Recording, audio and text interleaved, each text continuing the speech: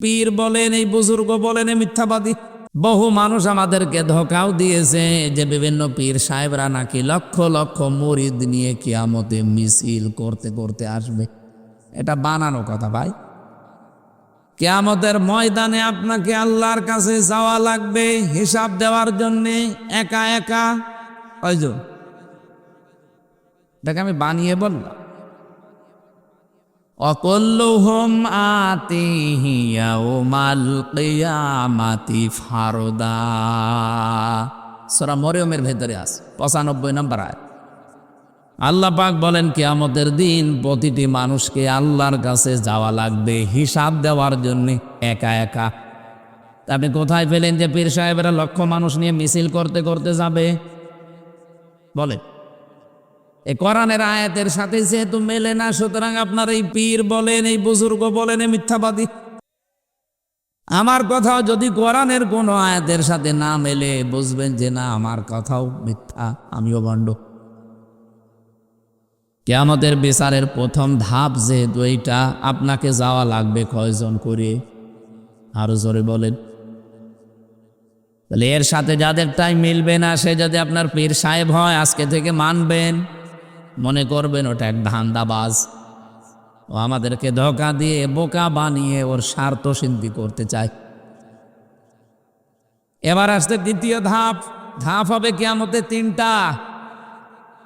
বাংলাদেশে বিচার ব্যবস্থায় যেমন ধাপ আছে 4টা। কয়টা? কি বলেন তো দেখি। এই যে আমাদের কুষ্টিয়ার ম্যাজিস্ট্রেট কোর্ট আছে, এরপরে জজ কোর্ট আছে। এখান থেকে যদি কেউ ভালো রায় না পায়, আরো 2টা কোর্ট আছে ঢাকাতে, একটা হাইকোর্ট, একটা সুপ্রিম কোর্ট। বাংলাদেশের বিচার ব্যবস্থার শ্রেণী বিভাগ কয়টা? 4টা।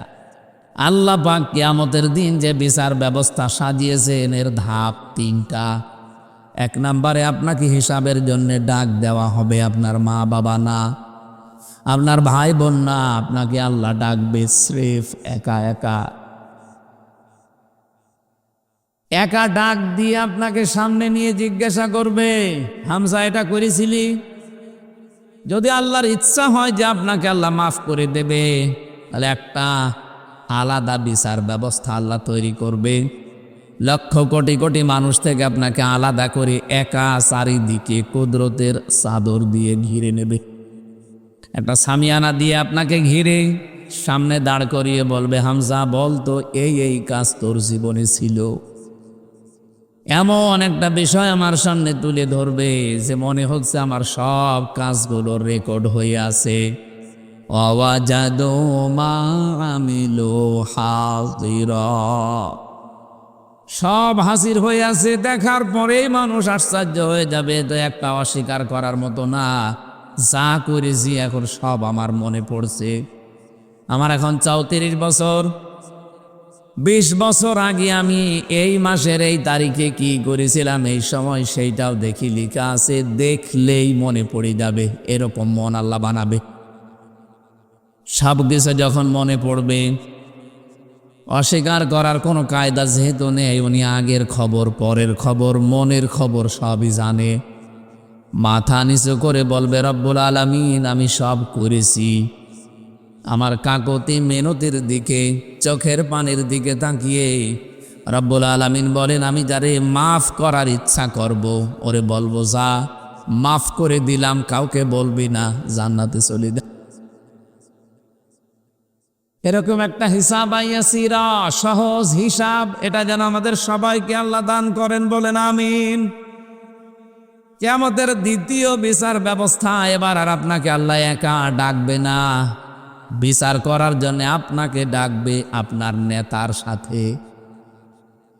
না, নেতা সহ না, নেতার সাথে। সহ আর সাথে আলাদা আছে। নেতাকে আল্লাহ বলবেন আগে আয়, এরপরে কর্মীকে ডাক দিয়ে পেছনে দাঁড় করাবে।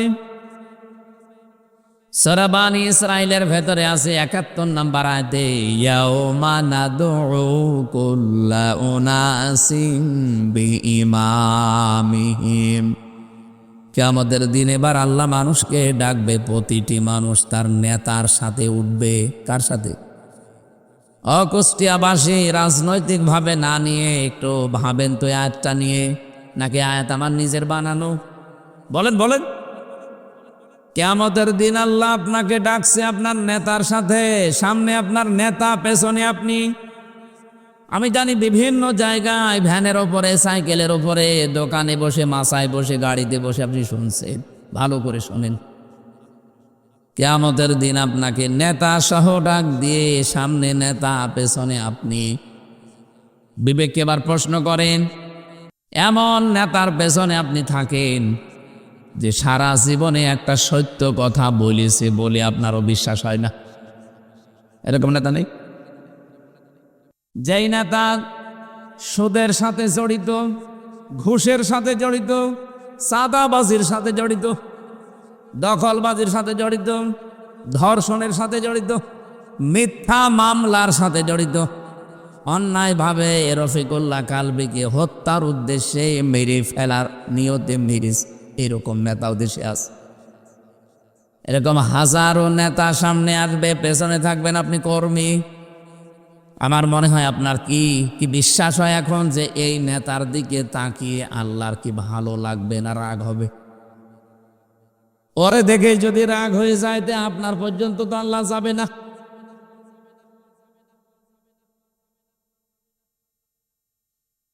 আমার তো আয়াতটা পড়ে তাফসীর যখন আমি মিলাই, আমার ভয় হয় বাংলাদেশে বহু মানুষ এই নেতার কারণে ধরা খাবে।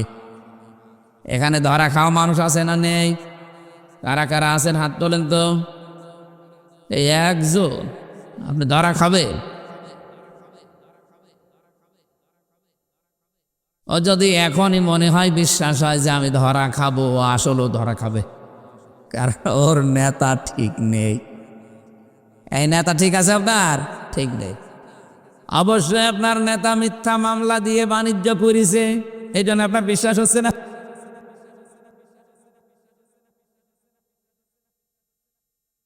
আজ 19 মাস হয়ে গেল, এই 19 মাসের ভেতরে মিথ্যা মামলা দিয়ে বাণিজ্য করে কোটি কোটি টাকার মালিক হয়েছে এরকম নেতা কুষ্টিয়া জেলায় নেই।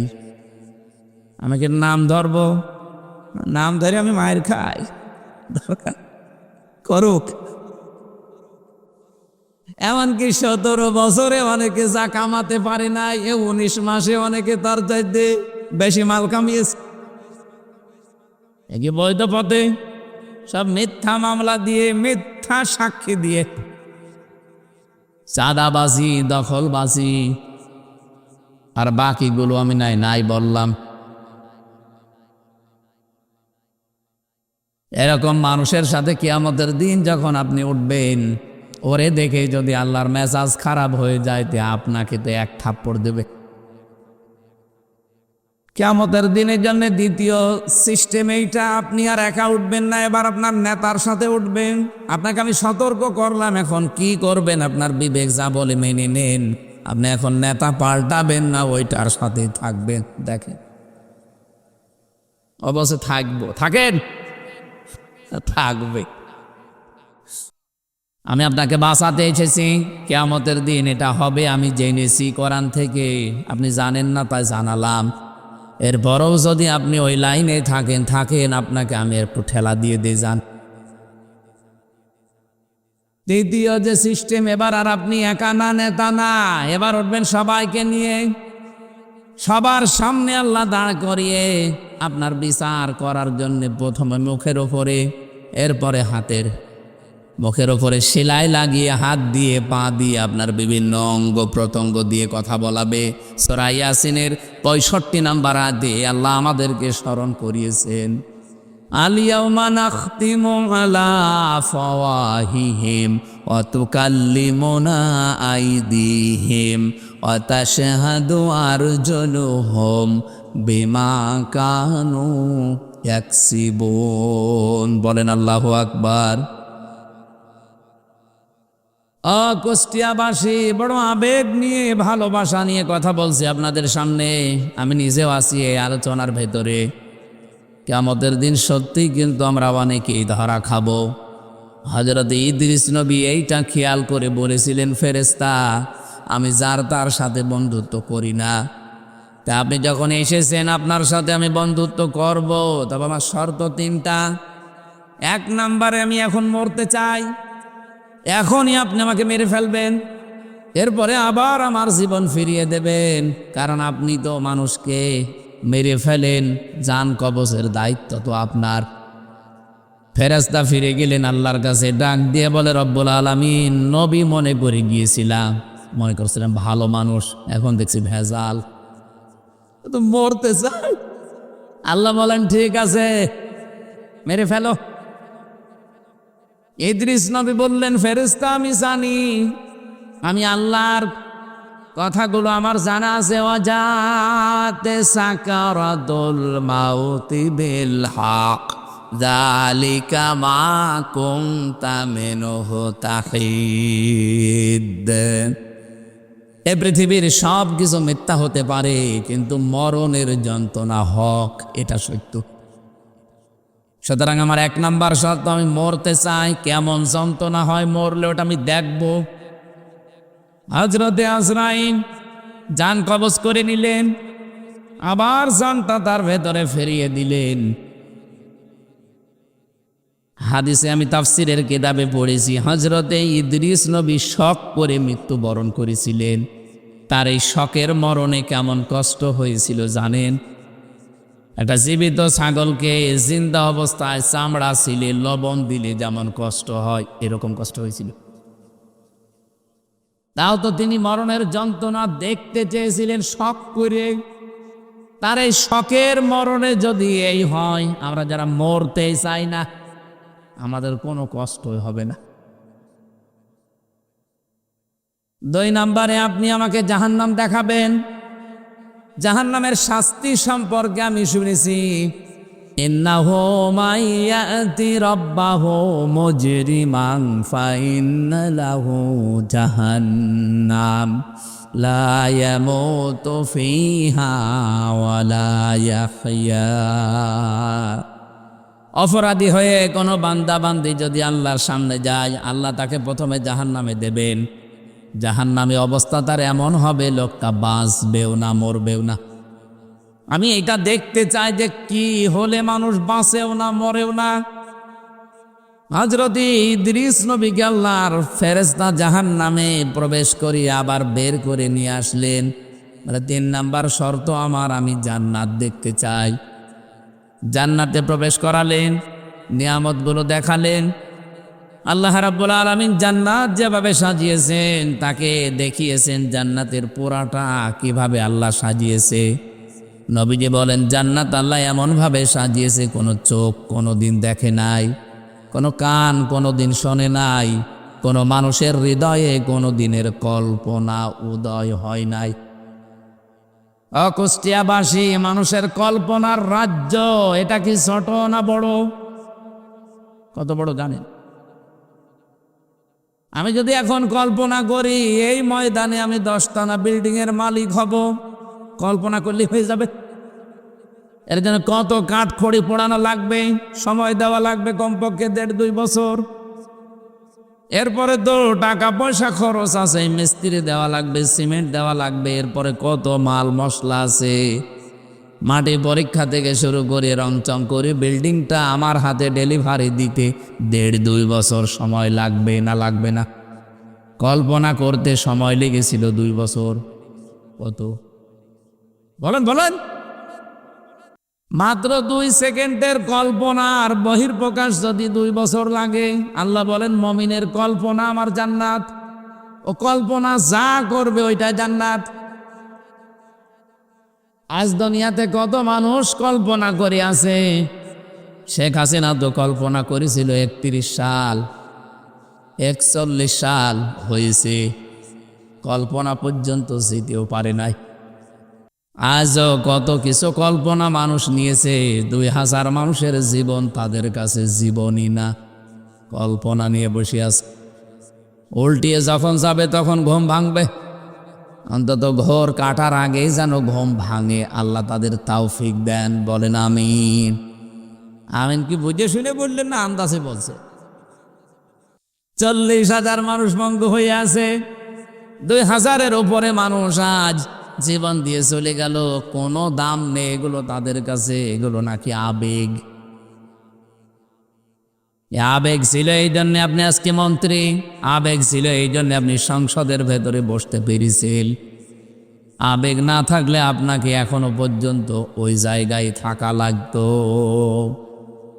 সুতরাং এগুলো হেয়ালি খেয়ালি, উল্টা নাফিহা আবাদা।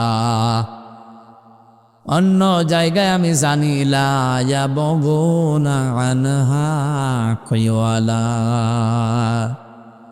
আল্লাহ এমন জান্নাতে মানুষকে প্রবেশ করাবে, চিরস্থায়ী করে দেবে, কোনোদিন আল্লাহ বের করে দেবে না। আর ওই লোকটা জান্নাতের নিয়ামত পেয়ে বের হতেও চাইবে না। এত কিছুর ভেতরে থাকার পরে আল্লাহ ঘোষণা দেবেন, লাহুম মা ইয়াশাউনা ফিহা ওয়া লাদাইনা মাজিদ। এখানে যা চাও তাই আছে, কিন্তু আমি আল্লাহর কাছে আরো বেশি আছে। মানুষ হয়রান হয়ে পড়বে যে আর বেশি কি থাকতে পারে। রব্বুল আলামিন ৭০,০০০ পর্দানীদের সামনে থেকে সরিয়ে বলবে, বান্দা এই যে এইটা আছে, আমি আল্লাহ নিজে আছি। হযরত ইদ্রিস নবী ওই দিন বলেছিলেন, আল্লাহর ফেরেশতা ফিরে যান, আমি আর যাব না, কারণ আল্লাহ নিজে জানিয়েছে আমাকে নাকি আর কোনোদিন জান্নাত থেকে বের করবে না। আমাকে আল্লাহ বের করবে না বলে ঘোষণায় দিয়েছেন, কারণ জান্নাতে একবার আসলে আর বের হওয়া লাগে না। আর আমি বের হতেও চাই না, তুমি ডিস্টার্ব করো কেন? হযরত আজরাইল ফেরেশতা বলেছিল, রব্বুল আলামিন তোমার নবী ইদ্রিস তো খুব চালাক। আল্লাহ পাক বলেন, ফেরেশতা ফিরে আসো, এইটাই আমি ইদ্রিসের কপালে লিখে রেখেছিলাম। আমার ঘটনা বলা উদ্দেশ্য না, আমার এখানে একটা শিক্ষা আছে। ইদ্রিস নবী এখনো জান্নাতে আছে, আল্লাহ ওনাকে বের করে দেয়নি, আর উনি বের হতেও চায়নি। কথা বলেন না কেন? এটা যদি নবীজির কথা অনুযায়ী জান্নাতের বাগান হয়, আল্লাহ আমাদেরকে যখন এখানে প্রবেশ করিয়েছে আর বের করে দেবে না, আর আমরা বের হতে যেতেও চাই না। এরপরেও যেটা বের হয়ে যাবে মনে করবেন ওর জান্নাত ভালো লাগছে না। এবার ওঠেন তো দেখি। দড়ি ছাড়া বেঁধে ফেলেছি, কেউ যেতে পারবেন না। না সারা রাত না, আর 20 মিনিট থাকবেন না। আর গুরুত্বপূর্ণ একটা আয়াত পড়েছি, এই আয়াতকে সামনে নিয়ে কথা বলবো ইনশাআল্লাহ। দরুদ আর সালাম পাঠ করার মাধ্যমে সূরা আলে ইমরান 133 নম্বর আয়াত। আমি আলোচনার বিষয় নিয়েছি উইদ্দাত লিল মুত্তাকিন, এই শব্দটা। রব্বুল আলামিনের ঘোষণা শোনাচ্ছি, ওয়াসারিউ ইলা মাগফিরাতিম মির রাব্বিকুম ওয়া জান্নাতিন আরদুহাস সামাওয়াতু ওয়াল আরদ উইদ্দাত লিল মুত্তাকিন। বলেন আল্লাহু আকবার। আল্লাহ বলেন দৌড়াও। কে বলছেন? বসে আছেন কেন? দৌড়ান। এই দৌড়ানো বলতে এখান থেকে ম্যারাথন দৌড় দেওয়া না। আল্লাহ বলেন কোন দিকে দৌড়াবা? ইলা মাগফিরাতিম মির রাব্বিকুম, তোমাদের রবের ক্ষমার দিকে দৌড়াও। এ পৃথিবীতে যত নিয়ামত আল্লাহ মানুষকে দিয়েছেন, সবচাইতে বড় নিয়ামত বান্দার জন্য আল্লাহর ক্ষমা। আল্লাহ পাক যদি কাউকে ক্ষমা করে দেয়, মাফ করে দেয়, এইটাই সবচাইতে বড় নিয়ামত। তাছাড়া টাকা পয়সার মালিক হয়ে গেছেন, কোটি কোটি ডলারের মালিক, এলাকার সব সম্পদ আপনার, আপনি ক্ষমতার চেয়ারে আছেন 41 সাল না 71 সাল পর্যন্ত। রব্বুল আলামিন একটা উদাহরণ দিয়েছেন কোরআনে, সূরা হাদীদের 20 নম্বর আয়াতে, ই'লামু আন্নামাল হায়াতুদ দুনিয়া লাইবুন ওয়া লাহাবুন ওয়া যিনাতুন ওয়া তাফাখুরুম বাইনাকুম ওয়া তাকাসুরুম ফিল আমওয়ালি ওয়াল আওলাদ। জেনে রাখো দুনিয়ার জীবনটা খেলাধুলা, রং তামাশা, প্রতারণা, হাসি ঠাট্টা, এইটা ছাড়া, ক্রিয়া কৌতুক ছাড়া আর কিছু না। আল্লাহ এখানে উদাহরণ দিয়েছেন একটা আমাদেরকে খুব সুন্দর, ভালো করে খেয়াল করেন। রব্বুল আলামিন বলেন ওয়াজিনাতুম ওয়া তাফাখুরুম বাইনাকুম ওয়া তাকাসুরুম ফিল আমওয়ালি ওয়াল আওলাদ। এটা আছে সৌন্দর্য বর্ধন করে দিয়েছি পৃথিবীর মানুষের চোখে। এখানে বেশি বেশি সম্পদ, বেশি বেশি সন্তান, বেশি বেশি ক্ষমতা পাওয়ার জন্য মানুষ মনে করে আমি মহা অন্ধ হয়ে পড়েছি। কিন্তু দুনিয়ার এই সব কিছু কেমন জানো? কামাসালি গাইসিন আজাবাল কুফার। এই এদিকে তাকান। কামাসালি গাইসিন, আল্লাহ বলেন একটা উদাহরণ খেয়াল করো। বৃষ্টি হচ্ছে, আজাবাল কুফার নাবাতুহু, এই যে জমিনে যে ফসলগুলো উৎপন্ন হয় এটা দেখে কৃষক যেমন বৃষ্টির পানির ফসল পেয়ে চমৎকৃত হয়, আনন্দে আত্মহারা হয়ে যায়। সুম্মা ইয়াহিজু ফাতারাহু মুসফাররান, এরপরে কিছুদিন পরে দেখবে এই খড়কোটাগুলো সবুজ বর্ণ ধারণ করার পরে হলুদ বর্ণ হয়ে যায়, রোদে শুকিয়ে। কি কথা বলেন না কেন? এটা একেবারে হলুদ বর্ণ হয়ে যায়। সুম্মা ইয়াকুনু হুতামা, এরপর এটা খড়কোটায় পরিণত হয়ে যায়। দুনিয়ার জীবনটা এইরকম। আমাল হায়াতুদ দুনিয়া ইল্লা মাতাউল গুরুর, পৃথিবীর এই জমিনটা শুধু ধোঁকা প্রতারণা এছাড়া আর কিচ্ছু না। মানুষ শুধুমাত্র অহংকার করে ক্ষমতার, এর চাইতে আমি ওপরে, এর চাইতে আমি আরো উপরে যাব, ওর চাইতে সন্তানাদি সম্পদাদি এলাকার প্রভাব প্রতিপত্তি, এই নিয়ে মানুষ শুধু ফখর করে, গর্ব করে, অহংকার করে, এই মেতে আছে মানুষ। অথচ দুনিয়ার জীবনটার খেয়াল করে দেখো, চমৎকৃত হওয়ার পরেই কিছুদিন পরে এই খড়কোটা হলুদ বর্ণ হয়ে যায়। এরপরে এটাকে আমি একেবারে হোতমা বানিয়ে দেই। হোতমা শব্দের শাব্দিক অর্থ কি? হোতানো মানে একটা জাহান্নামের বর্ণনা আল্লাহ দিয়েছেন। ওমা আদরাকা মাল হুতামা নারুল্লাহিল মুকাদা আল্লাতী তাত্তালিউ আলাল আফইদা। হোতমার পরিচয় আল্লাহ বলেন এমন, এই যে হোতমা খড়কোটার পরে, এটা হোতমা কেন বললাম জানো? জাহান্নামে হোতমা এমন সিস্টেম বানানো আছে, দুনিয়ার আগুন যেখানে লাগে ওই জায়গা পুড়ে যায়। আর হোতমায় যে আগুন আমি বানিয়েছি ওটা যেখানে লাগবে আগে কলিজা পুড়ে যাবে। খড়কোটার এক মাথায় আগুন লাগালে আর এক মাথায় আগুন যেতে 10 বছর সময় লাগে। আপনারা বোঝেন? খড়ের মাথায় আগুন লাগিয়ে দিয়েছেন এক মাথায়, এ মাথায় আগুন যেতে কয়দিন লাগবে? সেকেন্ডের ভেতরে আর এক মাথায় আগুন চলে যাবে খড়ের। আপনি খড়ে আগুন লাগিয়ে দেখেন। আল্লাহ বলেন জাহান্নামে আমি আল্লাহ এই মানুষগুলোকে দেব যারা দুনিয়ার এগুলো নিয়ে গর্ব অহংকারে ফেটে পড়ে। আমি ক্ষমা তাদের কাছে কিছুই মনে হয় না। অমাগফিরাতুম মিনাল্লাহি ওয়া রিদওয়ান, আমি আল্লাহর ক্ষমা, আমি আল্লাহর সন্তুষ্টি, এই মানুষের জীবনে কোনো মূল্য নেই। এদেরকে আমি এইভাবে করে শাস্তির ব্যবস্থা করব। এজন্য মানুষের জীবনের সবচাইতে বড় দামি সম্পদের নাম তার রবের ক্ষমা। বলেন বলেন, এ রবের ক্ষমা মানুষ পাবে কি করে? এখানে প্রায় 70টা ক্রাইটেরিয়া দেওয়া আছে তাফসিরে। একটা বলছি, আপনি আল্লাহর ক্ষমার উপযুক্ত হয়েছে পাবেন কিনা নিজের দিকেই খেয়াল করে দেখেন। একজন সাহাবীর জীবনী পড়ছিলাম। বিশ্বনবী মুহাম্মদুর রাসূলুল্লাহ তাকে তিনবার মসজিদে প্রবেশ করার সময় বললেন এই লোকটা জান্নাতি। সাহাবায়ে কেরাম 3বারই তার দিকে তাকিয়েছেন যে কি গো?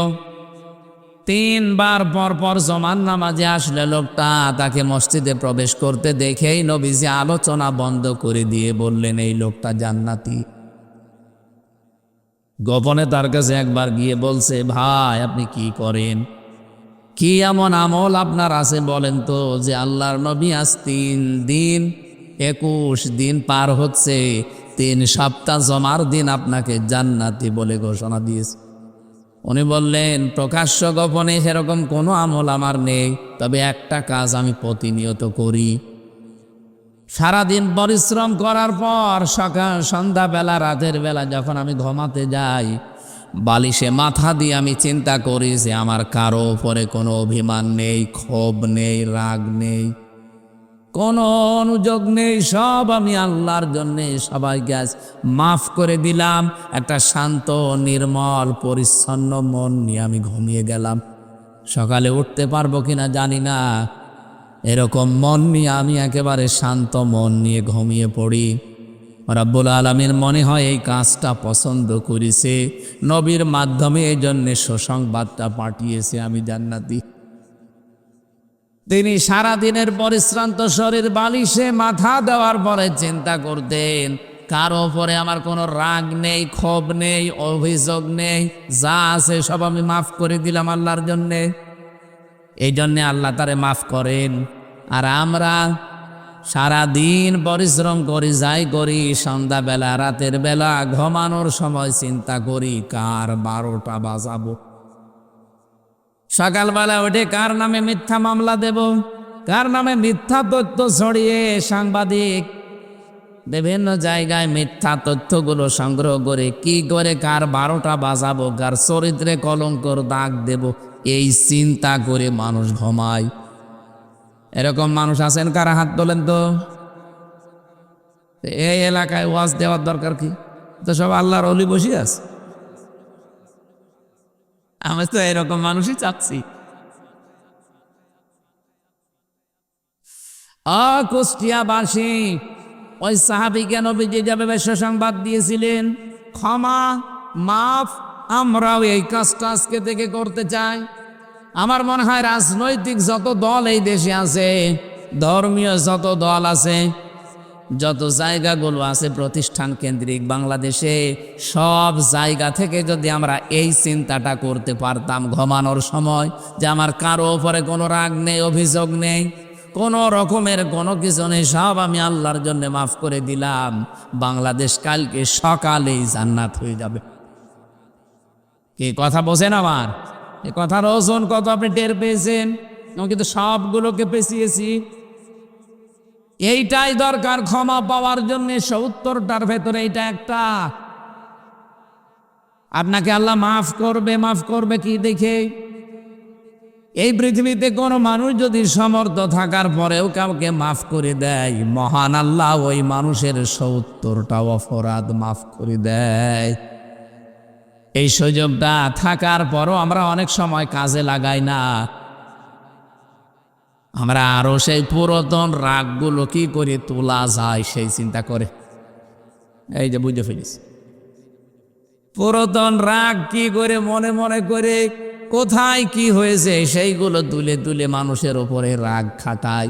আল্লাহ আপনাকে যে মাফ করবে সে রাস্তা কই? ঈদের আমেজ এখনো যায়নি, এখনো আনন্দ চলছে। যদিও আনন্দ করা নিষেধ না, কিন্তু অনেক মুসলমান আমরা ঈদের আনন্দকে মাত্রা ছাড়িয়ে ফেলেছি। কারণ মুসলমানদের এমন কোনো কাজ নেই যেটা ইবাদত হয় না। নবীজি বলেছিলেন আল্লাহর পক্ষ থেকে 2টা আনন্দের দিন আছে, এটা ঈদুল আজহা, এটা ঈদুল ফিতর। তো সে আনন্দ করা লাগবে নির্ধারিত গণ্ডির ভেতরে থেকে। আমরা অনেকে গণ্ডি পার হয়ে চলে গিয়েছিলাম, আগামী ঈদ যেন আমাদের গণ্ডি পার না হয়। কথা বুঝতেছেন? সুতরাং ঈদের আমেজ যেহেতু এখনো চলছে, এ সমস্ত অবৈধ কোনো কাজে না গিয়ে পৃথিবীতে যত নফল ইবাদত আছে, আফদালুল ইবাদাতি তিলাওয়াতুল কোরআন, এর ভেতরে সর্বোত্তম নফল ইবাদতের তালিকায় আছে কোরআন কেন্দ্রিক যে সমস্ত বিষয়গুলো রিলেটেড আছে। আজকের এই আয়োজন কোরআনের সাথে সম্পৃক্ত। কোরআন যদি না থাকতো এখানে, আমির হামজা এমপি না, ও বাবা আসলেও আপনারা আসতে বলেন। সুতরাং কোরআনের জন্য যারা এসেছে আজকে তারা আনন্দিত এবং খুশি, কোরআন এখানে আছে এই জন্য। বলবি ফাদলিল্লাহি ওয়া বিরহমাতিহি ফাবিযালিকা ফালিয়াফরাহু হুয়া খায়রুম মিম্মা ইয়াজমাউন। দুনিয়ার মানুষ যা গেইন করে, যা অ্যাচিভ করে, যা অর্জন করে, আনন্দ করে, এগুলো স্থায়ী না। ক্ষমতা আজ আছে কাল নেই। যারা টাকা পয়সার মালিক হয়েছেন এটা আজ আছে কাল নেই। এমনকি বহু মানুষ বুঝে হোক না বুঝে হোক নিজেদের সম্পদগুলো তারা এক কেন্দ্রিক কাউকে দিয়ে অন্য পক্ষকে ফাঁকি দেয়। আমার এই কথার অর্থ হয়তো অনেকে বুঝে ফেলেছে। এটা বুঝে হোক না বুঝে হোক যারা করেন, ছেলের নামে সব লিখে দিলেন, মেয়েকে ফাঁকি দিলেন। অনেকে মনে করে যে ফাঁকি দিচ্ছি এ কারণে নামাজ রোজা তো করি, এ আর কি মানে নামাজ রোজা সে আল্লাহর বিধান, সম্পদগুলো সন্তানাদের ভেতরে ভাগ করতে হবে, এটা আল্লাহর বিধান। কোরআনে কারিমে আল্লাহ বিধানগুলো দেওয়ার সঙ্গে সঙ্গে জানিয়েছেন তিলকা হুদুদুল্লাহ, এটা আল্লাহর নির্ধারিত সীমানা। আমাইয়াতি আল্লাহ ওয়া রাসূলাহু ইয়াদখিলহু জান্নাতিন তাজরি মিন তাহতিহাল আনহারু খালিদিনা ফিহা ওয়া যালিকাল ফাওজুল আযীম। যারা আল্লাহ এবং রাসূলের আনুগত্য করবে তাদেরকে আল্লাহ প্রবেশ করাবে এমন জান্নাতে যার তলদেশ দিয়ে নদী আর নহর প্রবাহমান থাকবে, চিরকাল সেখানে তারা থাকতে পারবে। আর এটাই মহা সফলতা। আমাইয়াসিল্লাহ ওয়া রাসূলাহু ওয়া ইয়াতাআদ্দা হুদুদাহু ইয়াদখিলহু নারান খালিদান ফিহা ওয়া লাহু আযাবুম মুহিন। এটা বাংলা অর্থ আমার মনে হয় শুনি আপনি বুঝে ফেলেছেন আল্লাহ কোন প্রেক্ষাপটে এই কথাগুলো এত বড় কঠিন কথা বললেন। জমি জায়গা ভাগ করার বিষয়গুলো আল্লাহ আমাদেরকে শোনাচ্ছিলেন। ইউসিকুমুল্লাহু ফি আওলাদিকুম লিযযাকারি মিসলু হাযযিল উনসায়াইন। হাযযিল উনসায়াইন দেওয়া আছে। আল্লাহ তোমাদেরকে নির্দেশ দিচ্ছে, তোমাকে না, কম আছে, তোমাদেরকে আল্লাহ নির্দেশ দিচ্ছে এবং ভবিষ্যৎ বলতে কিয়ামত পর্যন্ত এই আয়াতটা কোরআনে থাকবে, সবাই এর মুখাতেব। এই জন্য ইউসি এটা মোজারে, বর্তমান ভবিষ্যৎ, প্রেজেন্ট ফিউচার, তোমাদের সবাইকে আল্লাহর নির্দেশে তোমাদের এক ছেলে যা পাবে, দুই মেয়ে তাই পাবে। এ বিধান কার বলেন তো? কিন্তু যারা অনেক শিক্ষিত মানুষকেও দেখি, অনেক গ্রাম্য মানুষ তো আছে, এই এখানে আওয়াজ করা যাবে না ভাই, যে যা করছে করুক, দাঁড়িয়ে শুনছে শুনুক, বসে শুনে শুনুক, কথা বলবেন না, এটা আমার অনুরোধ। প্রাণপ্রিয় কুষ্টিয়াবাসী, আমি কোরআনে কারিম থেকে যে কথাটা শোনাচ্ছিলাম, যারা এটা মনে করে যে আমার ছেলেকে আমি ধনী বানিয়ে রেখে গেলাম, আপনার এই ছেলে যে ধনী থাকবে তার গ্যারান্টি আছে? আবাউকুম ওয়া আবনাউকুম লা তাদরুনা আইয়ুহুম আকরাবু লাকুম নাফআ ফারিদাতাম মিনাল্লাহ। তোমাদের মা বাবা, তোমাদের সন্তান সন্ততি, তোমরা জানো না যে কে তোমাদের উপকারী। আপনি সন্তানকে ধনী বানিয়ে রেখে গেলেন একজনকে ফাঁকি দিয়ে, ওই সম্পদ ওর কাছে থাকবে আপনাকে গ্যারান্টি কেউ দেয়নি, আর এটা থাকবেও না। অবৈধ কোনো কিছু করে গেলে এমন একটা অসুখ আল্লাহ মনে করেন চাপিয়ে দেবে, যা সম্পদ রেখেছিলেন সব বিক্রি করে আরও কিছু যোগ করা লাগবে। এরকম রোগ দেশে নেই, আমি পেয়েছি, বহু মানুষের সাথে মিশেছি দুনিয়ায়। এই জন্য এই কাজ কেউ করবেন না, আল্লাহ যেহেতু নিষেধ করছেন। এই ওয়ারিশ যারা জমি জায়গা ভাগ করার কথা বলতে বলতে আল্লাহ তিলকা হুদুদুল্লাহ দিয়েছেন, এটা আল্লাহর নির্ধারিত হদ, সীমানা, বর্ডার। এই বর্ডারগুলো কেউ যেন ক্রস না করে, এরকম বর্ডার আছে কোরআনের ভেতরে 500। কত? আমাদের বাংলাদেশে বর্ডার কয়টা বলেন তো? দেখি বর্ডার কয়টা? 34টা। 34 না 32? হ্যাঁ, 32টা। এতগুলো বর্ডার যদি আপনি ক্রস করতে চান, পাসপোর্ট যদি না থাকে, ভিসা না থাকে, আপনাকে মনে হয় মামার আদরে ঢুকতে দেবে না? আগে ছিল, কিন্তু এখন আর নেই। যেহেতু প্রত্যেকটা দেশের সীমানা করা আছে, বর্ডার দেওয়া আছে, আল্লাহ রাব্বুল আলামিন আমাদেরকে পৃথিবীতে চলার জন্য 500টা বর্ডার দিয়েছে। এই বর্ডারের কাছে যখনই যাবেন, আপনার যদি ঈমান থাকে, আপনি যেন থমকে যান, দাঁড়িয়ে যান। এই কাজগুলো যারা করেন তারা যেন আজকের আলোচনা শোনার পরে আপনি ওই জায়গায় স্টপ হয়ে যান, দাঁড়িয়ে যান, আল্লাহ যেন কবুল করে না আমি। সুতরাং ওই সমস্ত আনন্দগুলো করলে কোরআনের সাথে যেহেতু মেলে না, আমরা এরকম কোনো আনন্দে আগামীতে যেতে চাই না। ঈদের আনন্দ চলছিল, যতটুকু করেছেন আমার বিশ্বাস বাংলাদেশে হয়তো সীমানা পার হয়ে গেছে অনেক ক্ষেত্রে। যারা আমরা সীমানা পার করি নাই, বর্ডার ক্রস করি নাই, এই মানুষগুলোই এই ময়দানে এসেছেন। যারা মমতাজের গানের অনুষ্ঠানে যেত তারা এখানে আসে নাই, আর ওরকম মানুষ এখানে আসেও না। আসে এখানে যারা আসবে, এসেছে, আমার বিশ্বাস এই মানুষগুলো জান্নাতি।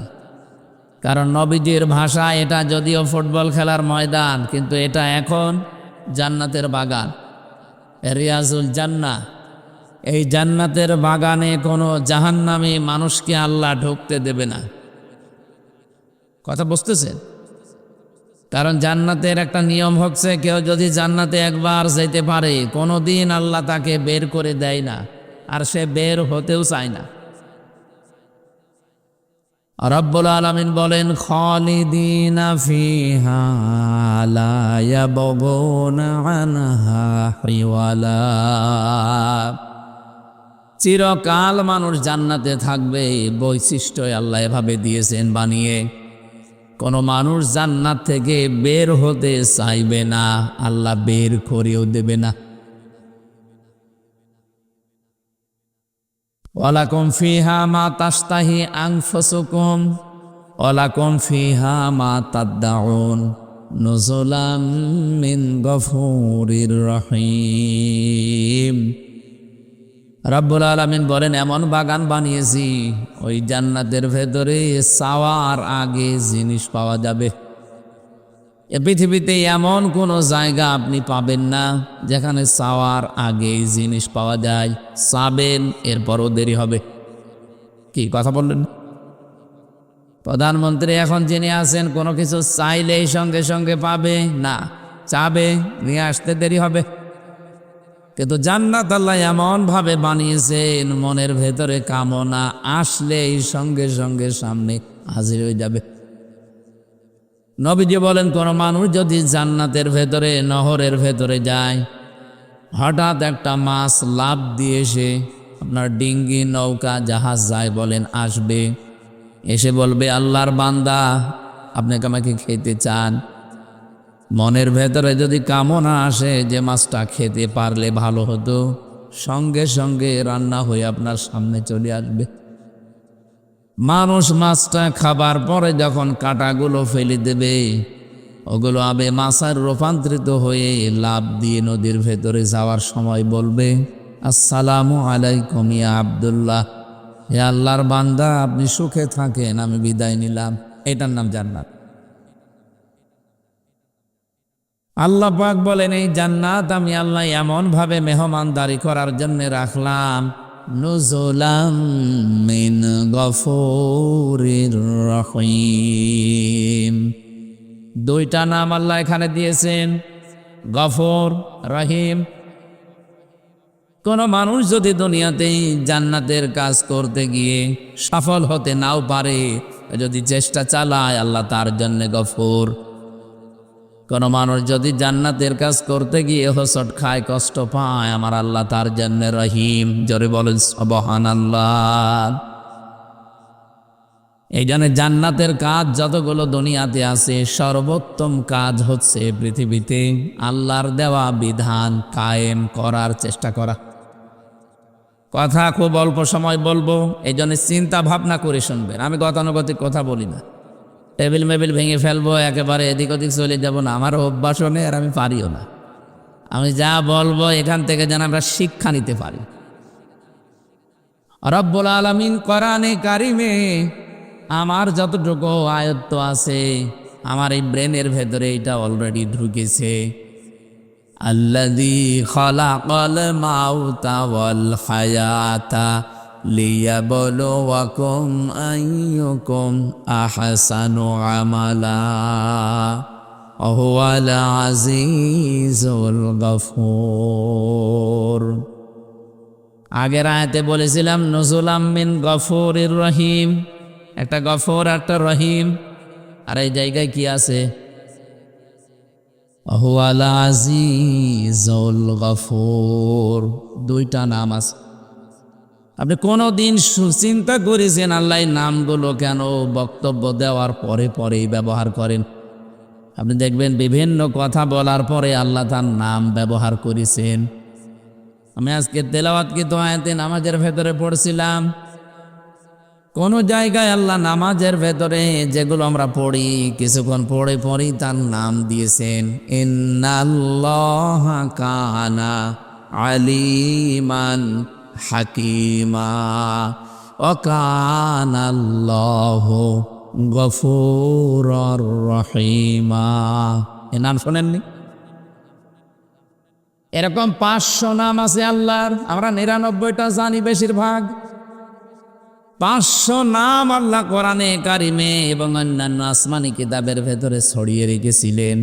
আপনি তাওরাত পড়বেন, ইনজিল দেখবেন, জাবুর দেখবেন, ওই যে 100 সহিফার নাম শোনেন, এগুলোতে ছড়ানো আছে আল্লাহর নাম। 4,900 একটা আমি অন্যান্য তাফসিরের ভেতর থেকে কোট করেছিলাম। 99টা নাম অলরেডি আল্লাহ কোরআনে কারিমে বিভিন্ন জায়গায় এভাবে দিয়েছেন। এখানে যদি ওইটা নাম দিয়েছেন, আমার এই ছোট্ট মাথা এটা ধরা পড়েছে তাফসির পড়ার মাধ্যমে। রব্বুল আলামিন বলেন, তোমাদের হায়াত আর মউত বানিয়ে দুনিয়ায় পাঠালাম কেন জানো? লিয়াবলুয়াকুম আইয়ুকুম আহসানু আমালা। আমি যেন তোমাদেরকে পরীক্ষা করে নিতে পারি তোমাদের ভেতরে কে সবচাইতে ভালো কাজ করে আমার কাছে আসতে পারো। এ পর্যন্ত শুনেছেন কারা কারা? হাত তোলেন তো। ও বাবা, কার সামনে ওয়াজ করছে? এখনো সবগুলো হাত ওঠে না, তার মানে আপনার অন্য খেয়ালে আছেন। এভাবে ক্লাস করা যাবে না, আরো একটি বাবা লাগবে। এদিকে তাকান, যা বলবো সেই গোড়া থেকে শেষ পর্যন্ত আমি কমপক্ষে 7টা শিক্ষা দিয়ে শেষ করে দেব। আমাদের মউত আর হায়াত আল্লাহ বানিয়েছেন। আল্লাযী খলাকাল মাউতা ওয়াল হায়াতা। আল্লাযী খলাকাল হায়াতা ওয়াল মাউতা দেয়নি, আগে মউত বানালাম এরপরে হায়াত বানালাম। এখানে আমার মনে হয় আলেমরা ছাড়া কেউ বলতেই পারবেন না যে আমাদের হায়াত কয় প্রকার। পারবেন না? জানেন আমাদের হায়াত 5 প্রকার। এই পৃথিবীতে আসার আগে এই 2টা হায়াত আমরা পার করে ফেলেছি। একটা আলমে আরওয়াহ রুহের জগৎ, একটা আলমে বুতুন মায়ের পেটের জগৎ। এখন যেটা আছে আলমে দুনিয়া, এই পৃথিবীর জগৎ। এরপরে আর একটা সামনে আসছে আলমে বারজাখ, কবরের জগৎ। এরপরে একটা সর্বশেষ আসবে আলমে আখিরাত, পরকালের জগৎ। এই 5টার ভেতরে 2টা অলরেডি পার করে ফেলেছি, সামনে 2টা আছে, মাঝখানেরটায় আছি। তার মানে যেহেতু 2টা পার হয়ে গেছে, সামনে 2টা আছে, মাস্ট বি আপনাকে সামনের 2টায় যাওয়াই লাগবে। কি কথা বুঝতেছেন? আল্লাহ আগে হায়াত ওয়াল মাউতা দেননি, আল্লাযী খলাকাল মাউতা ওয়াল হায়াতা দিয়েছেন। আমি যতগুলো তাফসির আয়ত্ত করতে পেরেছি সব মুফাসসির একমত।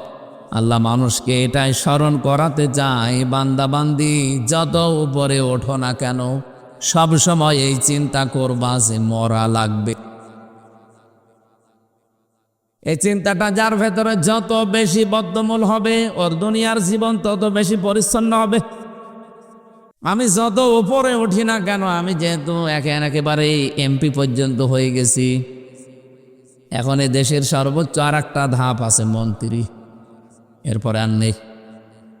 আমি যত উপরে উঠি না কেন এই চিন্তা যদি আমার থাকে যে আল্লাহ আমার মরা লাগবে, আমার দ্বারা দুর্নীতি করা সম্ভব না। এরপরে আল্লাহ দিয়েছেন লিয়াবলুয়াকুম, লি মানে যেন, তোমাদের সবাইকে আল্লাহ পরীক্ষা করতে চান। আইয়ুকুম, তোমাদের ভেতরে কে আহসানু আমালা। আকসারু আমালা দেয়নি আল্লাহ, যে বেশি বেশি কাজ করে আসতে পারে। আল্লাহ বলেন আমার বেশি কাজ লাগবে না, আমার ভালো কাজ লাগবে। কি কাজ? আমি চাই মানুষ যেন ভালো কাজ করে আসে। এই পৃথিবীতে যত ভালো কাজের কথা আল্লাহ কোরআনে কারিমে আমাদেরকে শুনিয়েছে, আমাদের আগে মুসা নবীকে, হযরত ঈসা নবীকে দাউদ নবীর মাধ্যমে, আদম নবীকে, শীষ নবীকে, যত নবীকে তার উম্মতদেরকে শুনিয়েছে, সব চাইতে ভালো কাজ কোরআন পড়ে আমি পেয়েছি, জমিন যার, বিধান চলবে তার। এটা আমি কি ভুল বললাম? আপনার সূরা 13 নম্বর আয়াত পড়বেন, সূরা আরাফের 54 নম্বর আয়াত পড়বেন, সূরা ইউসুফের 40 নম্বর আয়াত পড়বেন। পড়া কোরআনে এরকম 918 জায়গায় ডাইরেক্ট ইনডাইরেক্ট আমি পেয়েছি। যেহেতু জমিন যার, এখানে বিধান আইন কানুন চলা লাগবে তার।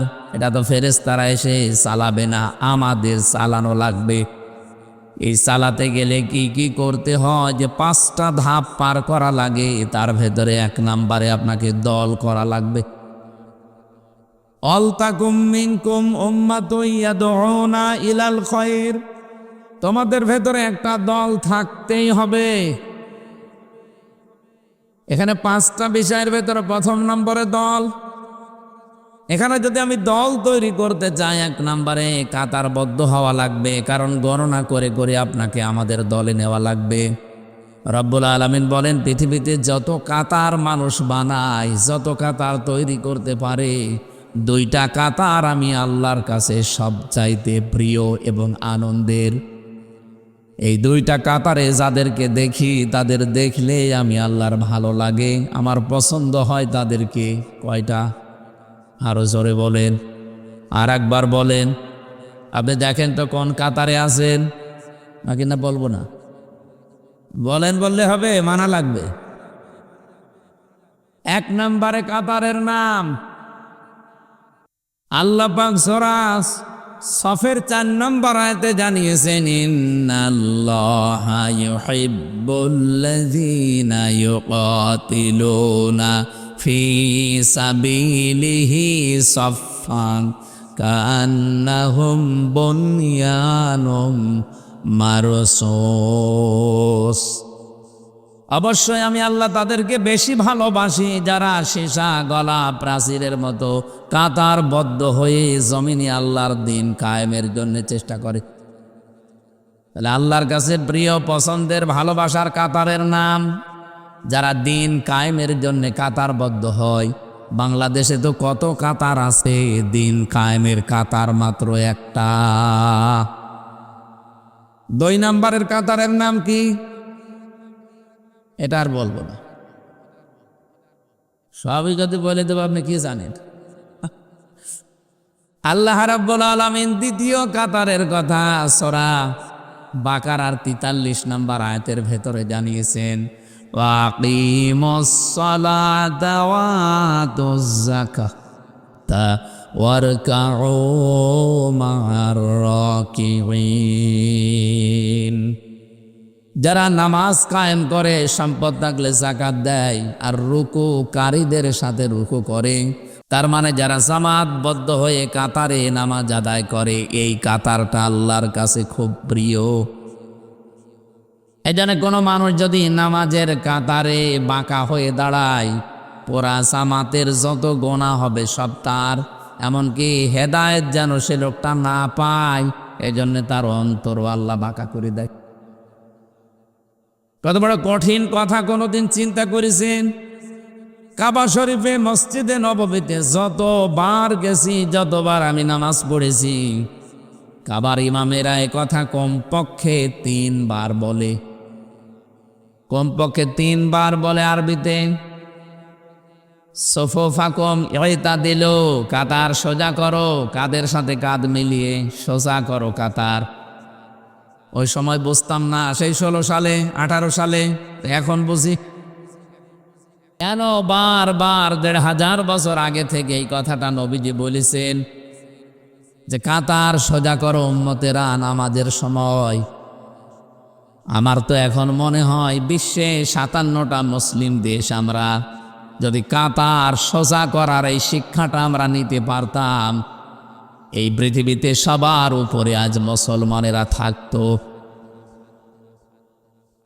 আজাদ হয়ে যেত। এমনকি বাংলাদেশে যে ষড়যন্ত্র চলছে মুসলমানদেরকে নিয়ে, ইসলামকে নিয়ে, এইটা করার কোনো সাহস কোনো মানুষ দেখাতো না।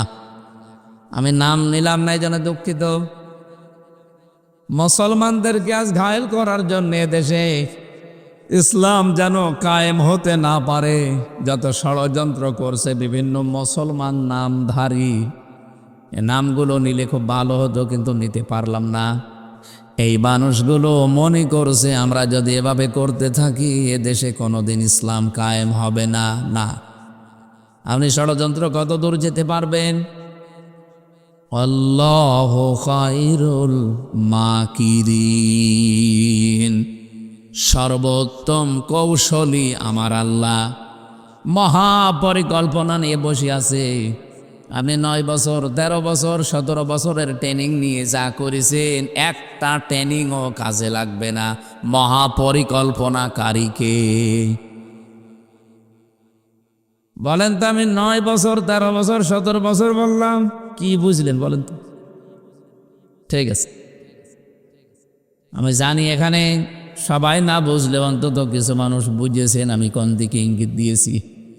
এই জন্য তারা যেহেতু আরো আগে বুঝবে, সামনে তাদের সাথে দেখাও আমার হবে। আশা করছি যতই কিছু করেন উত্তম পরিকল্পনা একজন বসে বসে করতেছে। কে? আরো জোরে বলে, যেন আমাদের কোনো ভয় নেই, কোনো চিন্তাও নেই।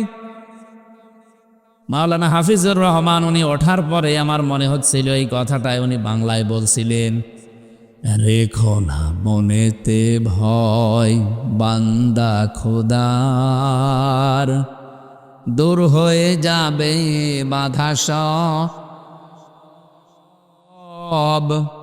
তোমার আমার এক মালিক আছেন, আছেন আমাদের রব, আছেন আমাদের রব। বলেন ঠিক কিনা?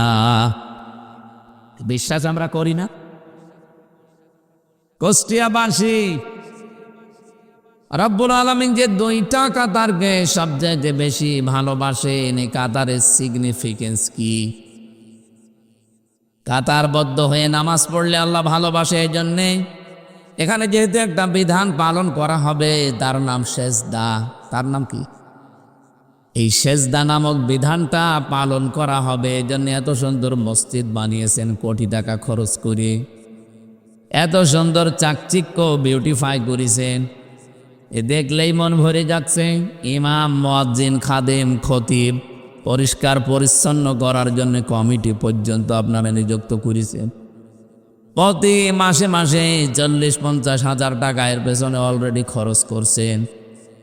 5 ওয়াক্ত আযান দেওয়ার জন্যে, নামাজে আসার জন্যে কাতারবদ্ধ হয়ে। এটা তো শুধু অনুষ্ঠান। এই অনুষ্ঠান থেকে মূল শিক্ষা এটা যে কাতার যেভাবে প্রতিদিন 5 বার করে সজা করি, পৃথিবীতে এখানে বিধান পালন করা হবে মাত্র একটা। এখনো আল্লাহর 499টা বিধান বাকি আছে।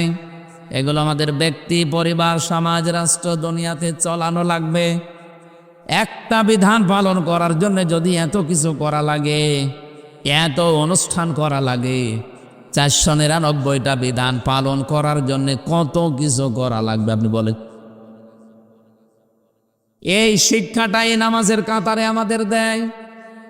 এখানে যেমন সব আমরা এক হয়ে গেছি আল্লাহর একটা বিধান পালন করতে, এখান থেকে বের হয়ে সমাজে, রাষ্ট্রে, পৃথিবীতে যেখানে আমরা যাব, মুসলমান আমরা যারা আল্লাহর বিধানের জন্য সব এভাবে এক হয়ে যাব।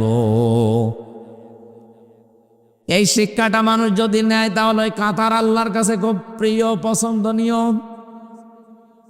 দ্বিতীয় কাতারের নাম যেটা বলেছিলাম প্রথমে, তার নাম দিন কায়েমের যে কাতার। রব্বুল আলামিন বলেন এটা আমি আল্লাহর কাছে সবচাইতে ভালো কাজ। যালিকুম খায়রুল লাকুম ইন কুনতুম তা'লামুন, এইটাই ভালো কাজ। কে বলছে? বলেন বলেন। আল্লাহ পাক বলেন এইটাই ভালো কাজ যদি তোমরা বোঝো বা জানো। সুতরাং এই কাছে যারা আছে, দিন কায়েমের কাজ করতে গিয়ে, আল্লাহর বিধান জমিনে কায়েম করতে গিয়ে যদি কোনো ভুল ত্রুটি হয়ে যায়, কোনো গুনাহ হয়ে যায়, আল্লাহ বলেন হতাশ হওয়া যাবে না। অহু আলা আজিজুল গফুর, দুইটা নাম দিলাম আমি, একদিকে আজিজ আর একদিকে গফুর। এই পৃথিবীতে আমার বিধান যারা কায়েম করার জন্য, প্রতিষ্ঠা করার জন্য চেষ্টা করবে না, কাজ করবে না, এদের জন্য আমি আজিজ। ওরা যদি মনে করে কিছুই তো হয় না, কিছু হবে না, না, আমি কিন্তু আজিজ, আমার ধরা বড় শক্ত ধরা। যারা এই দিনের জন্য কিছু করে নাই, দিনে জমিনে কায়েম হবে, প্রতিষ্ঠা হবে, এর জন্য যাদের কোনো পরিশ্রম নেই, প্রচেষ্টা নেই, কোনো চেষ্টা করে নাই, কাজ করে নাই, আল্লাহ তাদেরকে ধরেছে বড় শক্ত করে। কারণ তার নাম প্রথমেই তিনি দিয়েছেন আজিজ। কি দিয়েছেন? নামটা শুনলে মনে হচ্ছে শক্ত কিছু হবে। আজিজ মানে মহাপরাক্রমশালী। 2 নম্বরে আল্লাহ গফুর দিয়েছেন। আমি তো কিছু মানুষকে দেখতে পাচ্ছি তারা নিস্তব্ধভাবে কথাগুলো বোঝার জন্য শুনতেছেন। কোনো শব্দ যদি কেউ বোঝার জন্য চেষ্টা চালায়, 500 রাকাত নফল নামাজ পড়ার সওয়াব হয়। কিছু মানুষকে আমি টের পাচ্ছি, আপনারা শুনতেছেন, বোঝারও চেষ্টায় আছেন। রব্বুল আলামিন বলেন, দিন কায়েমের কাজ করতে গিয়ে যদি কোনো ঝামেলা হয়, জীবনে বাধা প্রাপ্ত হও, পৃথিবীতে হয়তো ভুল ত্রুটি হয়ে যেতে পারে, গুনাহ হয়ে যেতে পারে, আমি আল্লাহ পাক ঘোষণা দিলাম আমি গফুর, আমি মাফ করে দেব। তাহলে কি বুঝলেন এতক্ষণ পর্যন্ত যা বললাম তার সামারাইজ? এ পৃথিবীতে সবচাইতে বড় ভালো কাজ আমার আল্লাহর কাছে জমিনে তার বিধানটা পালন করার জন্য চেষ্টা করা, কায়েম করার জন্য চেষ্টা করা। এখানে যারা এসেছি আল্লাহর বিধান জানবো, এরপরে মানবো, বাস্তবায়ন করব, এইটাই আমাদের নিয়ত। কথা বলেন, কথা বলেন। জান্নাতের এই বাগানে জীবনেও কোনোদিন আল্লাহ আপনাকে আর জাহান্নামে দেবে না যদি আপনি নিজে যেতে না চান।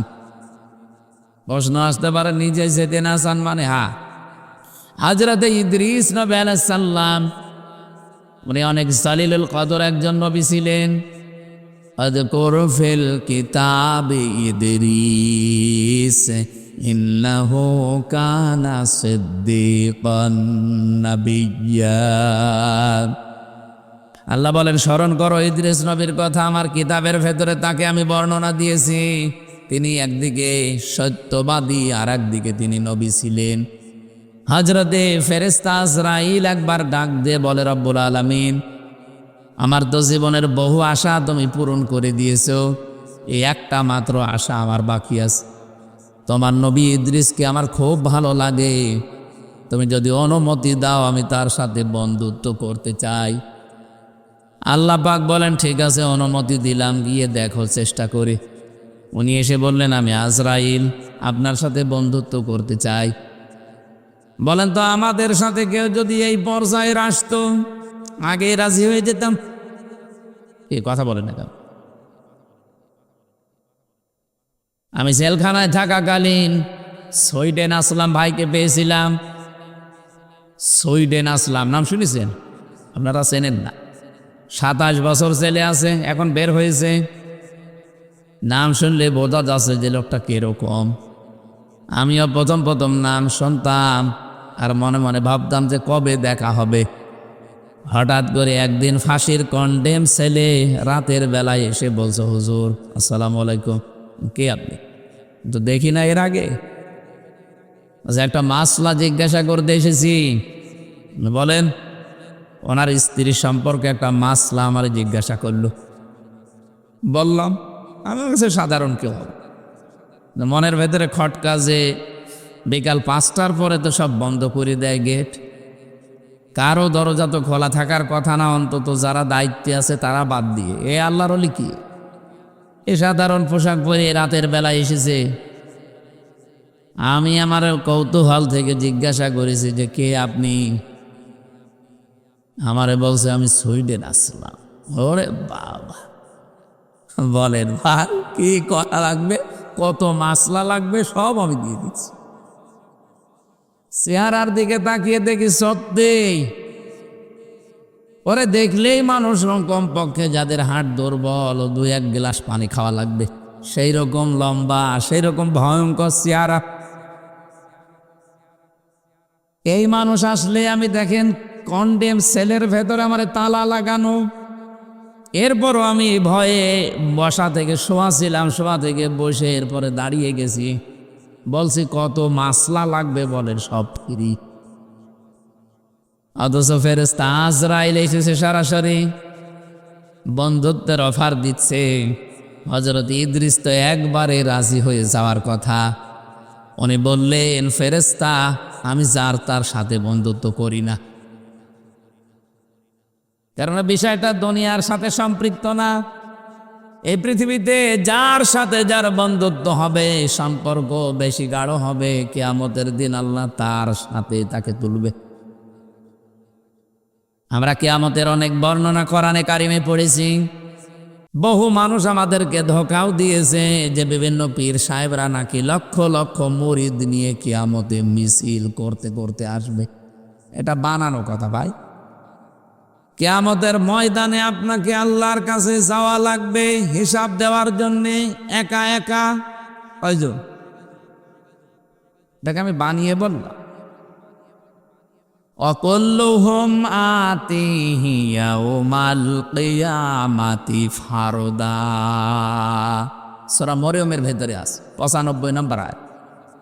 আল্লাহ পাক বলেন কিয়ামতের দিন প্রতিটি মানুষকে আল্লাহর কাছে যাওয়া লাগবে হিসাব দেওয়ার জন্য একা একা।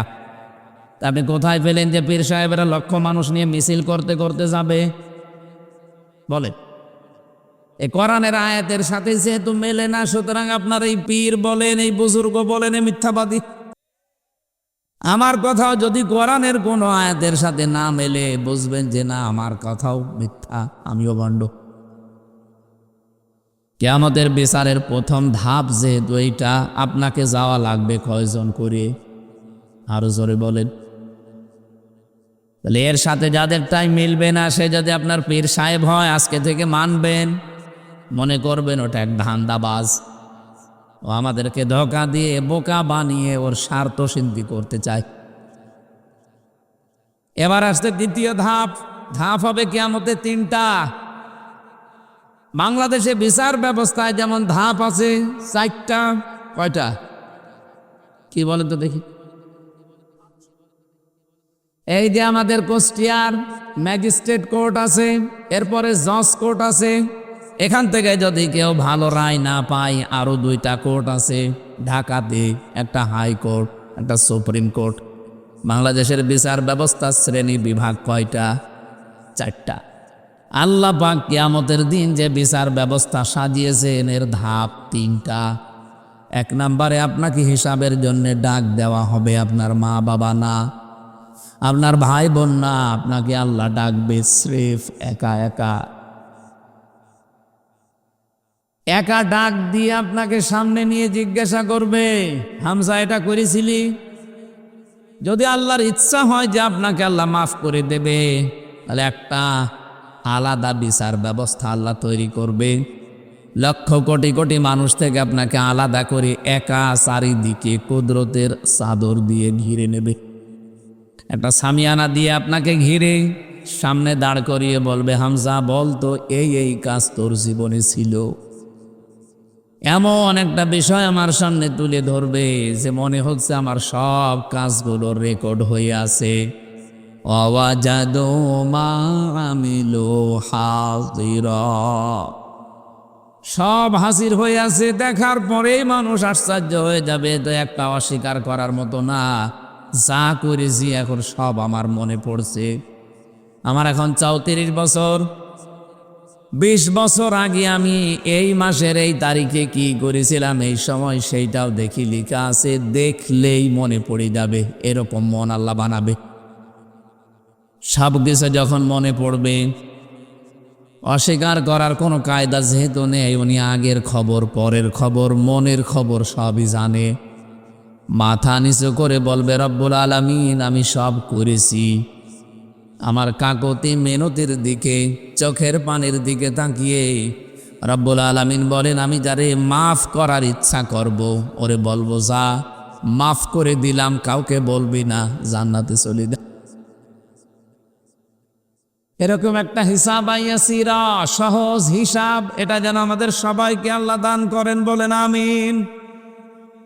কিয়ামতের দ্বিতীয় বিচার ব্যবস্থা, এবার আর আপনাকে আল্লাহ একা ডাকবে না, বিচার করার জন্য আপনাকে ডাকবে আপনার নেতার সাথে। না, নেতা সহ না, নেতার সাথে। সহ আর সাথে আলাদা আছে। নেতাকে আল্লাহ বলবেন আগে আয়, এরপরে কর্মীকে ডাক দিয়ে পেছনে দাঁড় করাবে। সূরা বানী ইসরাঈলের ভেতরে আছে ৭১ নম্বর আয়াতে, ইয়াউমা নাদউ কুল্লা উনাসিন বিইমামিহিম। কিয়ামতের দিন এবার আল্লাহ মানুষকে ডাকবে, প্রতিটি মানুষ তার নেতার সাথে উঠবে। কার সাথে? অকুষ্টিয়াবাসী, রাজনৈতিকভাবে না নিয়ে একটু ভাবেন তো আয়াতটা নিয়ে, নাকি আয়াত আমার নিজের বানানো? বলেন বলেন। কিয়ামতের দিন আল্লাহ আপনাকে ডাকছে আপনার নেতার সাথে, সামনে আপনার নেতা, পেছনে আপনি। আমি জানি বিভিন্ন জায়গায় ভ্যানের ওপরে, সাইকেলের ওপরে, দোকানে বসে, মাসায় বসে, গাড়িতে বসে আপনি শুনছেন, ভালো করে শোনেন। কিয়ামতের দিন আপনাকে নেতা সহ ডাক দিয়ে, সামনে নেতা, পেছনে আপনি। বিবেককে এবার প্রশ্ন করেন, এমন নেতার পেছনে আপনি থাকেন যে সারা জীবনে একটা সত্য কথা বলেছে বলে আপনারও বিশ্বাস হয় না। এরকম নেতা নেই? যেই নেতা সুদের সাথে জড়িত, ঘুষের সাথে জড়িত, চাঁদাবাজির সাথে জড়িত, দখলবাজির সাথে জড়িত, ধর্ষণের সাথে জড়িত, মিথ্যা মামলার সাথে জড়িত, অন্যায়ভাবে রফিকুল্লাহ কালবিকে হত্যার উদ্দেশ্যে মেরে ফেলার নিয়তে মেরেছে, এরকম নেতাও দেশে আছে। এরকম হাজারো নেতা সামনে আসবে, পেছনে থাকবেন আপনি কর্মী। আমার মনে হয় আপনার কি বিশ্বাস হয় এখন যে এই নেতার দিকে তাকিয়ে আল্লাহর কি ভালো লাগবে না রাগ হবে? ওরে দেখে যদি রাগ হয়ে যায় তে আপনার পর্যন্ত তো আল্লাহ যাবে না।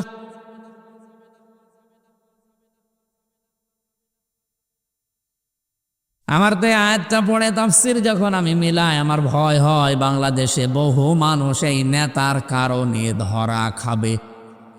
এখানে ধরা খাওয়া মানুষ আছে না নেই? কারা কারা আছেন হাত তোলেন তো। এই একজন, আপনি ধরা খাবে? ও যদি এখনই মনে হয়, বিশ্বাস হয় যে আমি ধরা খাবো, আসলেও ধরা খাবে, কারণ ওর নেতা ঠিক নেই। এই নেতা ঠিক আছে আপনার? ঠিক নেই। অবশ্যই আপনার নেতা মিথ্যা মামলা দিয়ে বাণিজ্য করেছে, এই জন্য আপনার বিশ্বাস হচ্ছে না।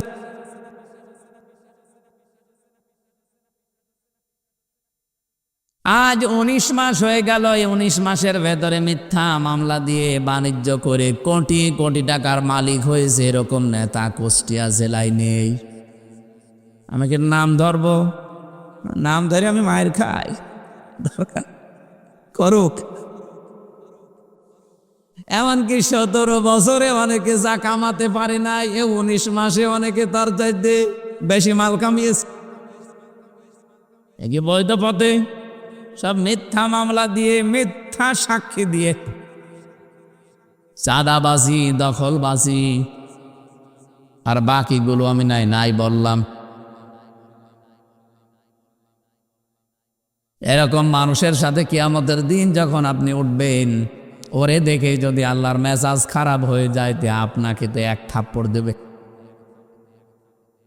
কিয়ামতের দিনের জন্য দ্বিতীয় সিস্টেম এইটা, আপনি আর একা উঠবেন না, এবার আপনার নেতার সাথে উঠবেন।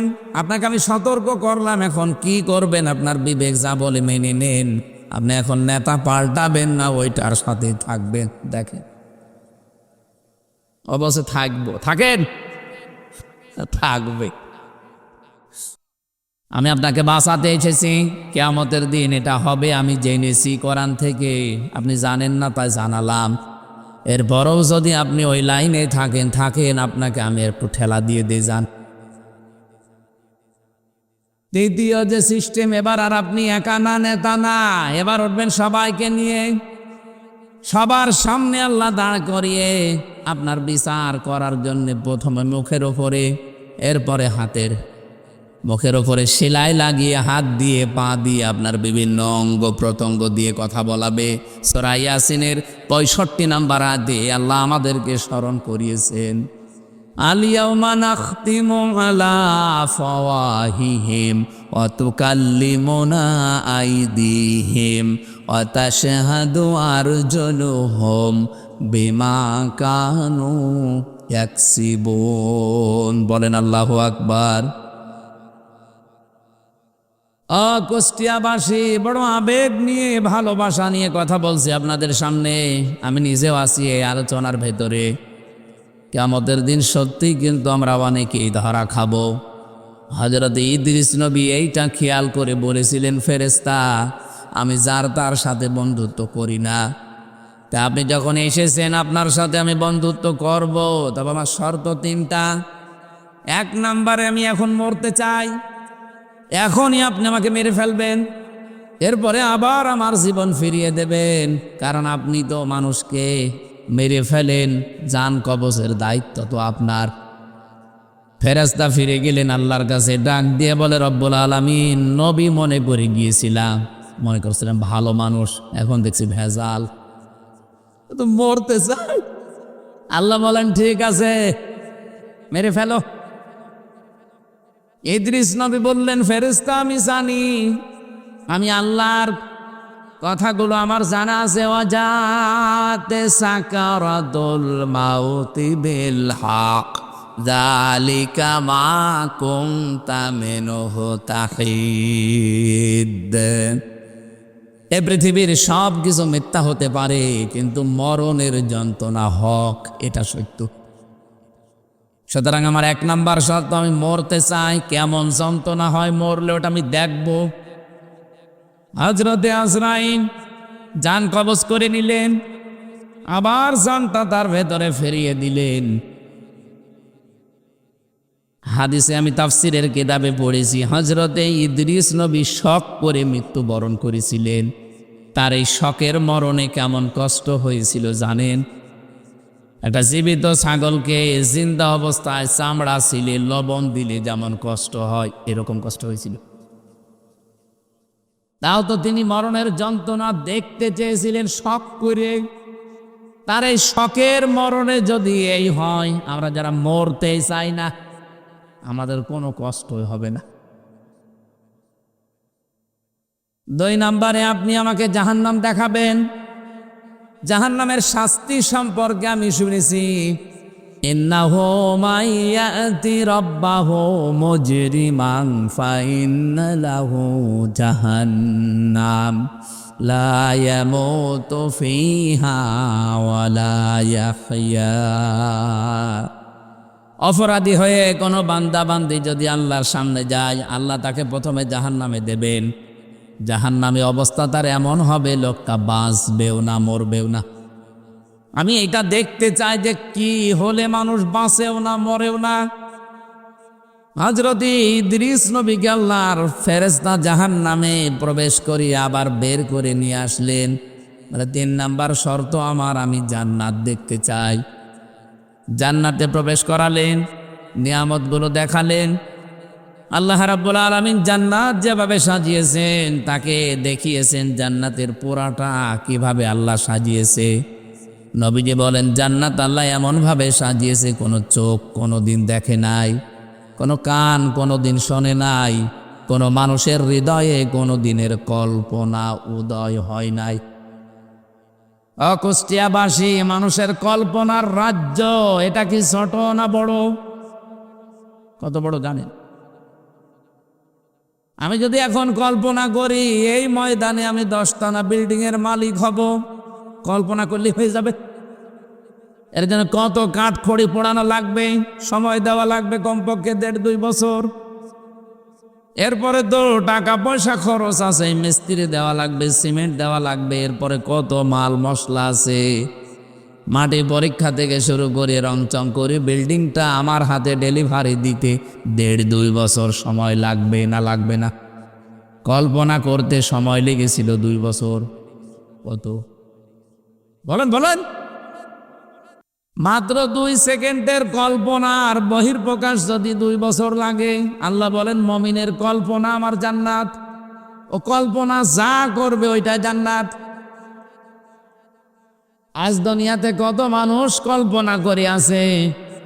শেখ হাসিনা তো কল্পনা করেছিল 31 সাল, 41 সাল হয়েছে, কল্পনা পর্যন্ত যেতেও পারে নাই। আজও কত কিছু কল্পনা মানুষ নিয়েছে, 2000 মানুষের জীবন তাদের কাছে জীবনই না, কল্পনা নিয়ে বসে আছে।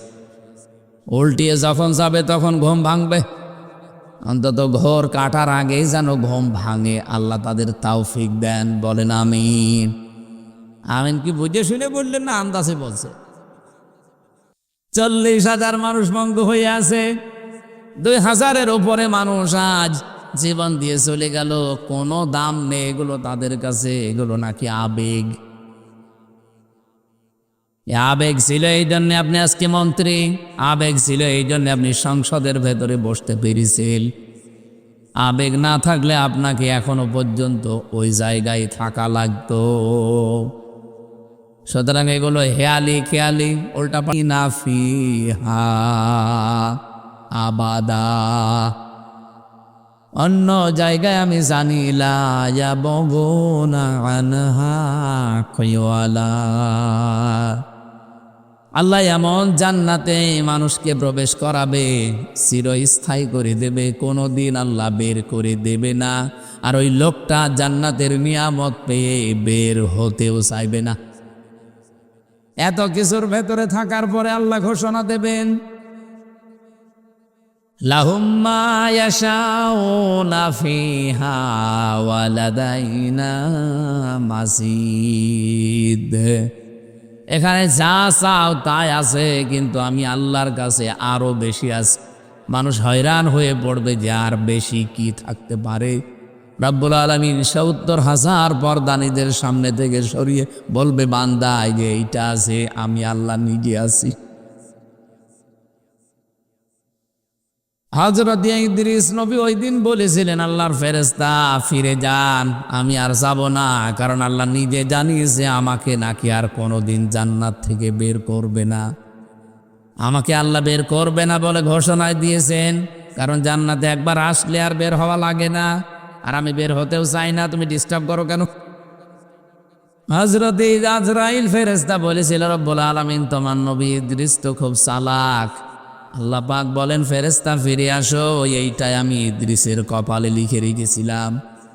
আমার ঘটনা বলা উদ্দেশ্য না, আমার এখানে একটু শিক্ষা আছে।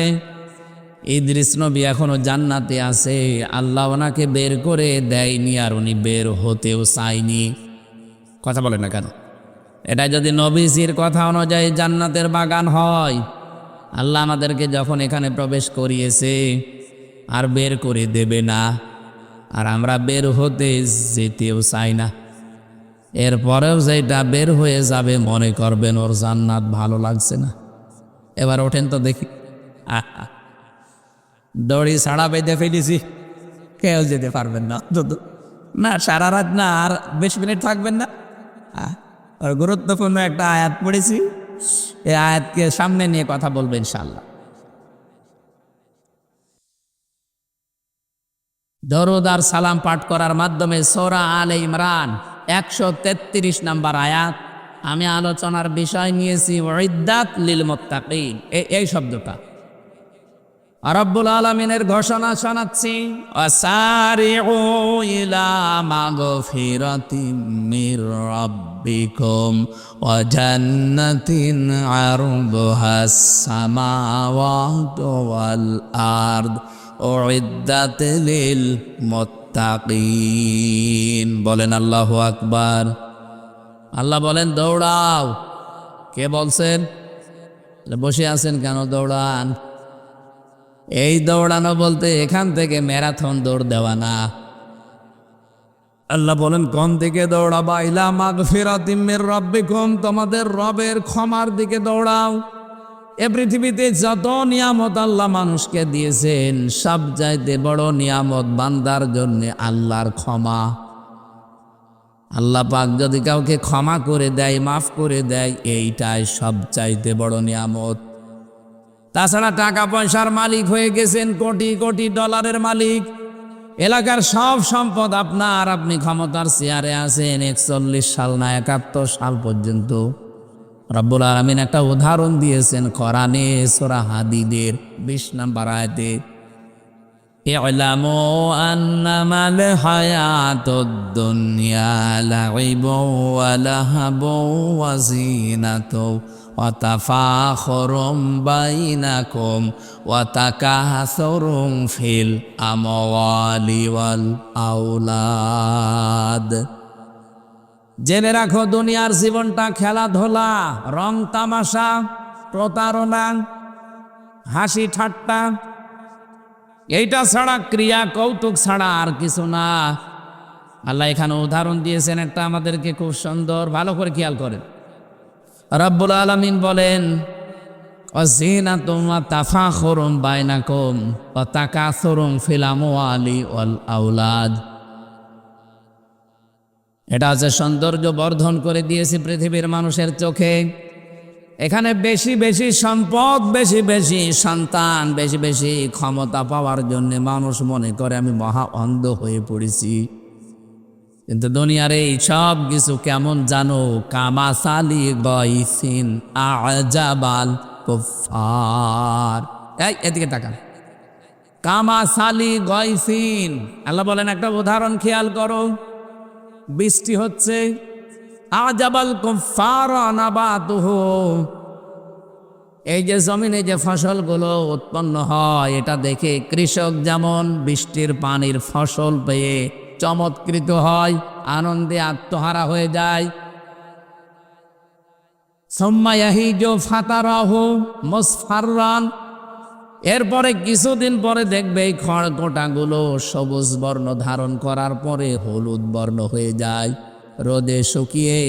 কি কথা বলেন না কেন? এটা একেবারে হলুদ বর্ণ হয়ে যায়। সুম্মা ইয়াকুনু হুতামা, এরপরে এটা খড়কোটায় পরিণত হয়ে যায়।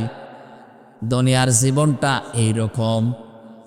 আমাল হায়াতুদ দুনিয়া ইল্লা মাতাউল গুরুর, পৃথিবীর এই জমিনটা শুধু ধোঁকা, প্রতারণা, এছাড়া আর কিচ্ছু না।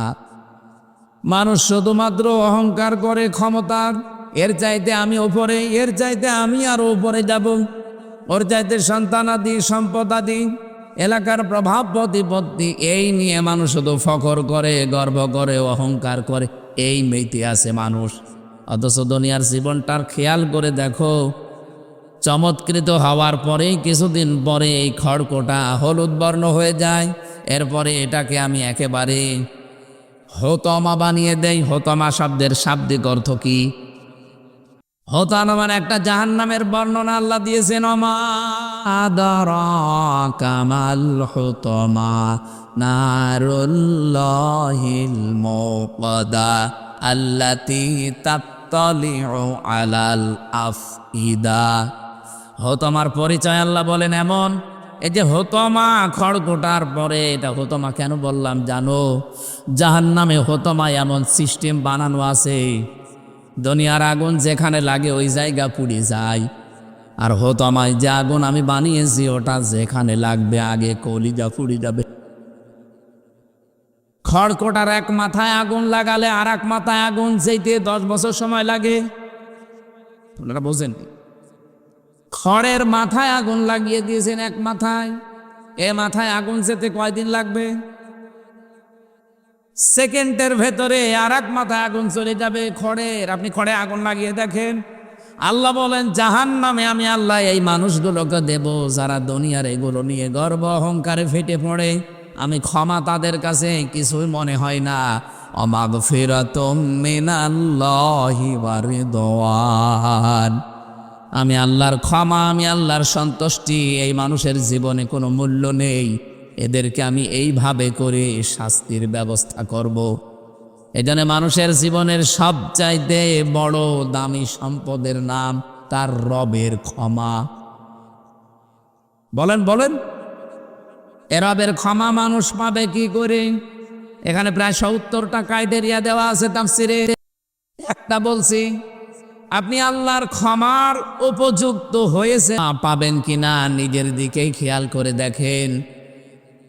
একজন সাহাবীর জীবনী পড়ছিলাম, বিশ্বনবী মুহাম্মদুর রাসূলুল্লাহ তাকে তিনবার মসজিদে প্রবেশ করার সময় বললেন এই লোকটা জান্নাতি। সাহাবায়ে কেরাম 3বারই তার দিকে তাকিয়েছেন যে কি গো।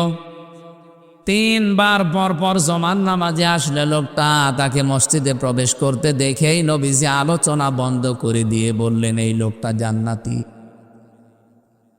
গোপনে তার কাছে একবার গিয়ে বলছে, ভাই আপনি কি করেন, কি এমন আমল আপনার আছে বলেন তো, যে আল্লাহর নবী আজ 3 দিন 21 দিন পার হচ্ছে, 3 সপ্তাহ জমার দিন আপনাকে জান্নাতি বলে ঘোষণা দিয়েছে। উনি বললেন, প্রকাশ্য গোপনে সেরকম কোনো আমল আমার নেই, তবে একটা কাজ আমি প্রতিনিয়ত করি। সারাদিন পরিশ্রম করার পর সকাল সন্ধ্যাবেলা রাতের বেলা যখন আমি ঘুমাতে যাই, বালিশে মাথা দিয়ে আমি চিন্তা করি যে আমার কারো উপরে কোনো অভিমান নেই, ক্ষোভ নেই, রাগ নেই, কোনো অনুযোগ নেই, সব আমি আল্লাহর জন্যে সবাইকে আজ মাফ করে দিলাম। একটা শান্ত নির্মল পরিচ্ছন্ন মন নিয়ে আমি ঘুমিয়ে গেলাম। সকালে উঠতে পারবো কিনা জানি না, এরকম মন নিয়ে আমি একেবারে শান্ত মন নিয়ে ঘুমিয়ে পড়ি।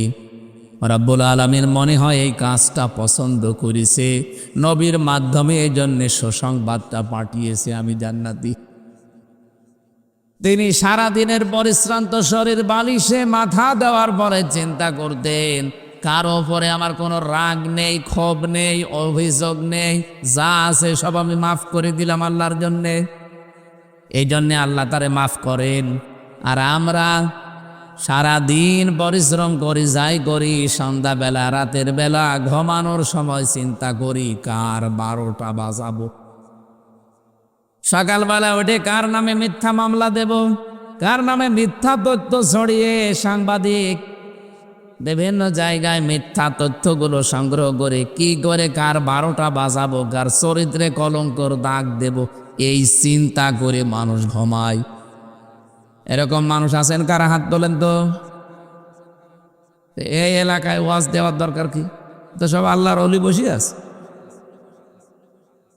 আমি তো এরকম মানুষই চাচ্ছি। কুষ্টিয়াবাসী ওই সাহাবীকে নবীজি যেভাবে সুসংবাদ দিয়েছিলেন, ক্ষমা মাফ, আমরাও এই কাজটা আজকে থেকে করতে চাই। আমার মনে হয় রাজনৈতিক যত দল এই দেশে আছে, ধর্মীয় যত দল আছে, যত জায়গাগুলো আছে প্রতিষ্ঠান কেন্দ্রিক বাংলাদেশে, সব জায়গা থেকে যদি আমরা এই চিন্তাটা করতে পারতাম ঘুমানোর সময়, যে আমার কারো উপরে কোনো রাগ নেই, অভিযোগ নেই, কোনো রকমের কোনো কিছু নেই, সব আমি আল্লাহর জন্য মাফ করে দিলাম, বাংলাদেশ কালকে সকালেই জান্নাত হয়ে যাবে। কি কথা বোঝেন আমার? এ কথার ওজন কত আপনি টের পেয়েছেন? আমি কিন্তু সবগুলোকে পেঁচিয়েছি। এইটাই দরকার ক্ষমা পাওয়ার জন্য। 70টার ভেতরে এইটা একটা। আপনাকে আল্লাহ মাফ করবে কি দেখে? এই পৃথিবীতে কোনো মানুষ যদি সমর্থ থাকার পরেও কাউকে মাফ করে দেয়, মহান আল্লাহ ওই মানুষের 70টা অপরাধ মাফ করে দেয়। এই সুযোগটা থাকার পরও আমরা অনেক সময় কাজে লাগাই না। আমরা আরো সেই পুরাতন রাগগুলো কি করে তোলা যায় সেই চিন্তা করে। এই যে বুঝে ফেলিস, পুরাতন রাগ কি করে মনে মনে করে কোথায় কি হয়েছে সেইগুলো তুলে তুলে মানুষের ওপরে রাগ খাটায়। আল্লাহ আপনাকে যে মাফ করবে সে রাস্তা কই? 2 নম্বরে আল্লাহ বলে না জান্নাতিন, এমন একটা বাগানের দিকে দৌড়াও। 1 নম্বরে আমি আল্লাহর ক্ষমা পাবে যারা, তারাই আমার বাগান পাবে। এই বাগান মানে জান্নাত, জান্নাতুন মানে বাগান। এই জান্নাত পাওয়ার জন্য তোমরা দৌড় প্রতিযোগিতা করো। আফিদালিকা ফালিয়াতানা ফাসিলে মোতানাফিসুন। আমি আল্লাহর যে জান্নাত তোমাদের জন্য বাগান বানিয়েছি, ওই বাগান পাওয়ার জন্য তোমরা দুনিয়ায় প্রত্যেকেই প্রতিযোগিতা আরম্ভ করো। এর আগে যে শব্দগুলো আল্লাহ দিয়েছেন, খিতামুহু মিসকুন ওয়া মিজাজুহু মিন তাসনিম আইনাই ইয়াশরাবু বিহাল মুকাররাবুন। এই তাসনিম শব্দের ব্যাখ্যাটা আমি মালয়েশিয়াতে ইন্টারন্যাশনাল ইসলামিক ইউনিভার্সিটির একটা সেমিনারে ছিলাম, ওই জায়গায় এই ব্যাখ্যাটা আমি পেয়েছিলাম। এদিকে তাকান ভাই, রব্বুল আলামিন যে তাসনিম শব্দটা দিলেন, ঝর্ণা ধারা, এ ঝর্ণা থেকে কি পানি বের হয় সেই পানির একটা বর্ণনা দিচ্ছিলেন ডক্টর জাকির নায়েক, আর রাশিয়া বিশ্ববিদ্যালয়ের একজন শিক্ষক। উনি বলছিলেন এই যে কোরআনে কারিমে মুসলমানদের কোরআনে এই যে শব্দটা তাদের মালিক দিয়েছে, তারা কি কোনোদিন চিন্তা করে শব্দটা নিয়ে? আমিজাজুহু মিন তাসনিম আইনা ইয়াশরাবু বিহাল মুকাররাবুন। এমন একটা বাগান, এমন একটা ঝর্ণা ধারা থেকে মানুষকে আল্লাহ পানি পান করাবে, তার নিকটবর্তী বান্দাদেরকে এই ঝর্ণা থেকে পানি পান করাবে। আমরা যারা সামনে বসে আছি, প্রায় 42টা দেশের বিশ্ববিদ্যালয়ের ছেলেমেয়েরা প্রশ্ন ছুড়ে দিয়েছে যে বলো তো এই পৃথিবীতে সবচাইতে দামি পানির নাম কি? তাসনিম আইনুন ইয়াশরাবু বিহাল মুকাররাবুন, যেটা পান করবে। উনি কোরআনের আয়াত থেকে একটা ব্যাখ্যা দিতে গিয়ে আমাদেরকে কেউ তো বলতে পারে না, কেউ কেউ জানিয়েছে যে হ্যাঁ জমজমের পানি খুব দামি। উনি বলছে না, জমজমের পানি 1 লিটার কয় টাকা নেবে? বাংলাদেশের নাই 500 টাকা। আমার মনে হয় এখানে অনেকে জানেন কি জানেন না আমি জানি না, অ্যাকোয়া ক্রিস্টোলা, এটা নীতা আম্বানি আছে না ভারতের, এই মহিলা পান করে। স্বর্ণের বার গোলানো কি যেন দেয় ওর ভেতরে, যৌবন ঠিক থাকে, চেহারায় ভাঁজ পড়ে না। 1/2 লিটার পানির দাম হচ্ছে 55 লক্ষ টাকা। আমার মাঝে মাঝে চিন্তা হয় ওর জীবনী পড়লে, ও যদি অন্তত 5 বোতল পানি খায়, যাতে এতটুকু বোতল হয়, 5 বোতল পানি সারা দিনে খায়, কমপক্ষে 3 কোটি টাকার শুধু পানি খায়। অথচ জান্নাতের ভেতরে আল্লাহ যে পানির কথা বললেন, তাসনিম আইনা ইয়াশরাবু বিহাল মুকাররাবুন, তার নিকটবর্তী বান্দাদেরকে আল্লাহ যেটা খাওয়াবে, যারা আজকে দুনিয়ার জীবনে প্রতিযোগিতা করছেন ওই পানি পাওয়ার জন্যে, ওই পানি 2.5 গিলাস 3 গিলাস 5 গিলাস না, আপনাকে আল্লাহ ফ্রি দিয়ে দেবে। বলেন সুবহানাল্লাহ। নেতা আম্বানি হয়তো স্বামীর টাকা আছে, এই জন্য সেই কিনে খেতে পারছে। আমি যদি সত্যি ওই পানিটার জন্য আজকে এখান থেকে প্রতিযোগিতা করি, আজকে থেকে রমজান যেটার ট্রেনিং আমাদেরকে দিয়ে গেল যে কোনো কাজ আমরা যেন শেষ করে না দেই, কন্টিনিউয়াস করতেই থাকি। 5 ওয়াক্ত নামাজ হয়তো জামাতে পড়তেন, এটা ঠিক রাখবেন। অনেকে তাহাজ্জুদ পড়তেন, এটা যেন ছেড়ে না দেন, এটা ঠিক রাখবেন। অনেকে দান সাদকা করতেন, এটা যেন ছেড়ে না দেন, কন্টিনিউয়াস রাখবেন। কারণ আল্লাহর কাছে আহাব্বুল আমালি ইলাল্লাহ, সবচাইতে বেশি প্রিয় কাজ ওইটা, যদি অল্পও হয় কিন্তু ওটা যেটা কন্টিনিউয়াস মানুষ করতে থাকে। আর রমজান এই ট্রেনিংটাই আমাদেরকে দিয়ে গেল। আমরা এখন থেকে ট্রেনিংটা কাজে লাগিয়ে প্রতিযোগিতায় নামতে চাই যে আমি 2 রাকাত নামাজ পড়ি, ওই লোকটা 4 রাকাত পড়ে না, আমি এখন থেকে ওর চাইতে আরো 2 রাকাত বাড়াবো। অবিপদে মুসিবতে থেকে অভাবে থাকার পরও দান করে, আর আমি ওর মতো না, ওর চাইতে আরো সচ্ছল আছি, আমি যতটুকু পারি দুনিয়ার জীবনে ওর চাইতে বেশি দান করি, ওই পানি পাওয়ার জন্য এগিয়ে যেতে চাই। আল্লাহ যেন তৌফিক দেন, বলেন আমিন। রব্বুল আলামিন বলেন, যার প্রশস্ততা বানিয়েছি আকাশ আর জমিনের যে ফারাক এর চাইতেও বিস্তৃত, উইদ্দাতিল মুত্তাকিন, যেটা আমার মুত্তাকি বান্দাদের জন্য আমি বানিয়েছি, প্রস্তুত করে রেখে দিয়েছি। 1 নম্বরে ক্ষমা, আর 1 নম্বরে বাগান জান্নাত, আসমান আর জমিনের চাইতেও বিস্তৃত। এটা পাওয়ার জন্য আল্লাহ যে শর্তগুলো দিয়েছেন, 1 নম্বরের শর্ত পেলাম যে মুত্তাকি হওয়া লাগবে। কি হওয়া লাগবে? আরো জোরে বলেন। রমজান এসেছিল আমাদেরকে কি বানাতে? মুত্তাকিন। বলেন বলেন, আরো জোরে বলেন, কিভাবে আপনি মুত্তাকিন হবেন? এটা তাফসিরে তাবারি থেকে কোট করেছি। আমি 1 ঘন্টা আলোচনা করলে কমপক্ষে 20 ঘন্টা তার আগে আমি পড়াশোনা করি কোনো বিষয়ের ওপরে। আজকে যত তথ্য বলেছি এ তথ্যগুলো একটা কিতাবের না, কমপক্ষে 50টা কিতাব থেকে নেওয়া। আপনি এখান থেকে আজকে যে তথ্যটা দিচ্ছি, যেহেতু ইদ্দাত লিল মুত্তাকিন, প্রস্তুত করে রাখা হয়েছে এই জান্নাত, এই ক্ষমা যারা মুত্তাকি তাদের জন্যে। মুত্তাকি হওয়ার জন্য যে সমস্ত ক্রাইটেরিয়া আছে, শ্রেণী বিভাগ আছে, পদ্ধতি আছে, এই পদ্ধতিগুলো যদি কেউ অবলম্বন না করে, শুধু জব্বা গায়ে দিয়ে, পাগড়ি মাথায় দিয়ে, হাতে তসবিহ নিয়ে সে মুত্তাকি হতে পারবে না। এবার আমি শুরু করছি নাকি শেষ করে দেব? না, বলেন বলেন, আমি এগুলো বলি শেষ করছি। আপনার ব্যাখ্যা করতে গেলে সারা রাত চলে যাবে। 1 নম্বরে, কেউ যদি মুত্তাকি হতে চান খালি ভড়ি মোটা করলেই হবে, আমার মতো বড় জব্বা গায়ে দিলে হবে কি? 1 নম্বরে নবীজি বলেন তাকে হকের অনুসন্ধানকারী হওয়া লাগবে। সে হক তালাশ করে বেড়াবে, কোথায় সত্য পাওয়া যায়, হক পাওয়া যায়, এই অনুসন্ধানে সেতে লেগে থাকবে। আজকে থেকে আমি সহ প্রত্যেকে এটাই লেগে থাকতে চাই। এক কথা বলেন না কেন? আমাদের জাতির পিতা ইব্রাহিম আলাইহিস সালাম এটা করেছিলেন। উনি আল্লাহকে খুঁজতেছিলেন, রবকে রবকে। কেউ কোনো সময় তারকা, কোনো সময় চন্দ্র, কোনো সময় সূর্য। সব যখন ডুবে গেল, অস্তমিত হয়ে গেল, তিনি বললেন না।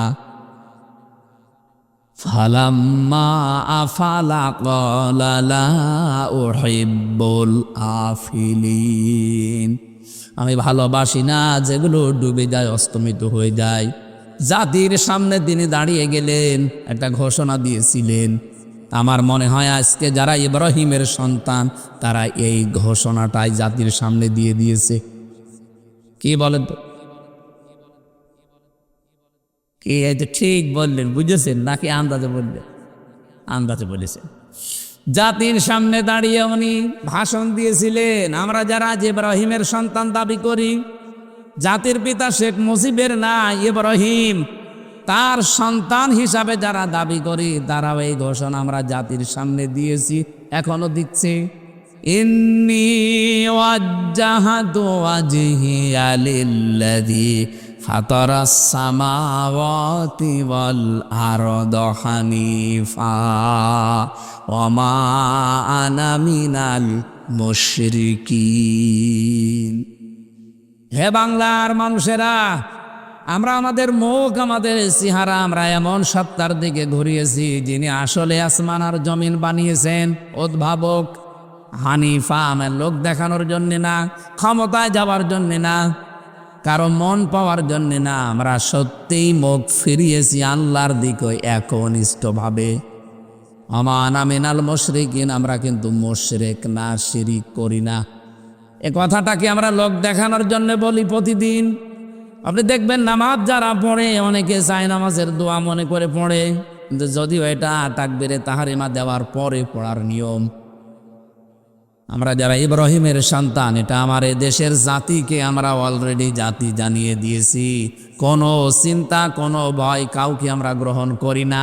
কিসের সূর্য, কিসের চন্দ্র, কিসের আব্রাহাম লিঙ্কন, কিসের ভারত, কিসের আমেরিকা, কাউকে মানি না। আমরা একনিষ্ঠভাবে ফিরেছি কার দিকে?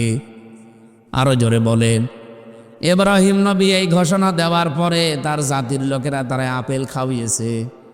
বলেন বলেন, কি করেছিল? আপনি সূরা এটা আনামের 75 নাম্বার 76 নাম্বার আয়াতে দেখবেন।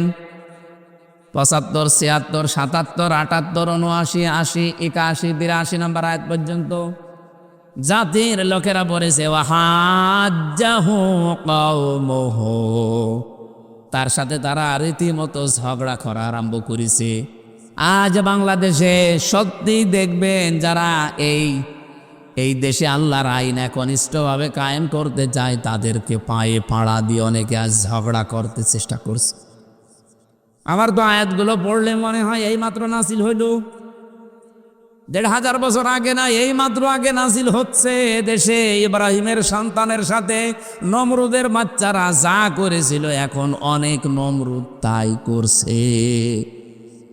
হযরত ইব্রাহিম তবে গিয়েছিলেন, জাতির এই ঝগড়া দেখে তিনি বলেছিলেন, কাইফা খাফু মা আশরাকতুম ওয়ালা তাখাফুনা আন্নাকুম আশরাকতুম বিল্লাহ মা লাম ইউনাজ্জিল বিহি আলাইকুম সুলতানা। হযরত ইব্রাহিম বলেছিলেন, কাইফা খাফু মা আশরাকতুম, আমি কেমন করে ভয় পাবো? তোমরা আল্লাহর সাথে শরীক করেই ভয় পাও না। আল্লাহর আইনের সাথে মানুষের তৈরি করা আইনগুলো তোমরা কায়েম করার জন্য চেষ্টা করো, ভয় পাও না। আর আমরা জমিন যার বিধান চালাবো, তার বিধান কায়েম করার জন্য আমরা চেষ্টা করছি। আমাদেরকে ভয় দেখাও, কোন কারণে ভয় পাবো? মা লাম ইউনাজ্জিল বিহি আলাইকুম সুলতানা, তোমাদের তো কোনো দলিল নেই, সব তোমাদের বানানো, খালি মুখের জোর আর চাপা। কথা বলেন না কেন? সব চাপা আর মুখের জোর ছাড়া কোনো চরিত্র নেই। আর আমাদের পক্ষে দলিল আছে, একটা দুইটা না, 918টা এই কোরআনে। জালা লাহুল খালকু ওয়াল আমরু ইনিল হুকমু ইল্লা লিল্লাহ লিল্লাহি মা ফিস সামাওয়াতি ওয়া মা ফিল আরদ লিল্লাহি মুলকুস সামাওয়াতি ওয়াল আরদ। 918টা দলিল আমাদের পক্ষে আছে। তোমরা মনে করছো চাপা দিয়ে আমাদেরকে চাপিয়ে রাখবে? জীবনেও দমন করা যাবে না। ইব্রাহিম আলাইহিস সালামকে যেমন দমন করতে পারে নাই, তার সন্তানদেরকেও দাবিয়ে রাখা যাবে না। আমি আশা করছি মেন কথা বুঝে ফেলেছেন। এজন্য সত্যের অনুসন্ধানকারী হওয়া লাগবে 1 নম্বরে। কেউ যদি তাকওয়াবান হতে চায়, মুত্তাকি হতে চায়, 1 নম্বরে তাকে সত্যের অনুসন্ধানকারী হওয়া লাগবে। 2 নম্বরে যদি সত্য কোনোদিন সে পেয়ে যায়, মুত্তাকি হওয়ার জন্য তাকে সত্য কবুল করা লাগবে, গ্রহণ করা লাগবে। ইব্রাহিম নবী সত্য অনুসন্ধান করছিলেন, তাকে কেউ দেখিয়ে দেয়নি, তিনি অনুসন্ধান করতে করতে পেয়েছিলেন। আর আমাদের চোখে আঙ্গুল দিয়ে দেখিয়ে দিলে আমরা সত্য গ্রহণ করতে চাই না। আমি কথা বোঝাতে পারিনি? হ্যাঁ, ঠিক আছে। 3 নম্বরে যদি সত্য পেয়ে যান, কবুল করার পরে, গ্রহণ করার পরে আপনার দায়িত্ব, যদি মুত্তাকি হতে চান, এই পদ্ধতি 3 নম্বরে আপনাকে এটা প্রচার করা লাগবে। আপনি প্রচার করেন হক কথা। বাল্লিগু আন্নি ওয়ালাউ আয়া, একটা কথাও জানা থাকলে পৌঁছিয়ে দাও। আমার মনে হয় যদি আমরা মুত্তাকি হওয়ার জন্য 3 নম্বর পদ্ধতি অবলম্বন করতাম, বাংলাদেশে এই 17 বছরে কেউ তাফসির মাহফিলে বাধা দেওয়ার সাহস পেত না। আমরা শুধু আমির হামজার দায়িত্ব দিয়েছে, এটা দিয়েছে, যা ও যা করে করুক, ও ছেলে চায় যা গো মরে মরুক। আরে ভাই, দায়িত্ব তো হামজার একা না, সবার। সবাই মিলে যদি মনে করতাম আমি মুত্তাকি হতে চাই, আমার জন্য আল্লাহ জান্নাত বানিয়েছে, প্রস্তুত করে রেখেছে। সুতরাং এই 3 নাম্বার প্রক্রিয়া, এটা আমি এটা প্রচার করে যেতে চাই। কেউ বাধা দেওয়ার সাহস পেত না, এই কারণে বলছি, কারণ এখানে আমরা 92% মুসলমান। 4 নম্বরে হক যদি প্রচার করেন হবে না, হকের ওপরে দৃঢ় থাকা লাগবে, কায়েম থাকা লাগবে। এই পৃথিবীতে যারাই হকের ওপরে দাঁড়িয়েছে, দৃঢ় থেকেছে, কায়েম থেকেছে, আমার আল্লাহ তাদেরকে মুত্তাকির সর্বোচ্চ পর্যায়ে পৌঁছিয়ে দিয়েছে। আমি নিজে অনেকগুলো মানুষ জীবনে দেখেছি, আমার এই চোখে দেখা সেলখানার ভেতরে বহু মানুষকে আমি হকের ওপরে টিকে থাকতে দেখেছি।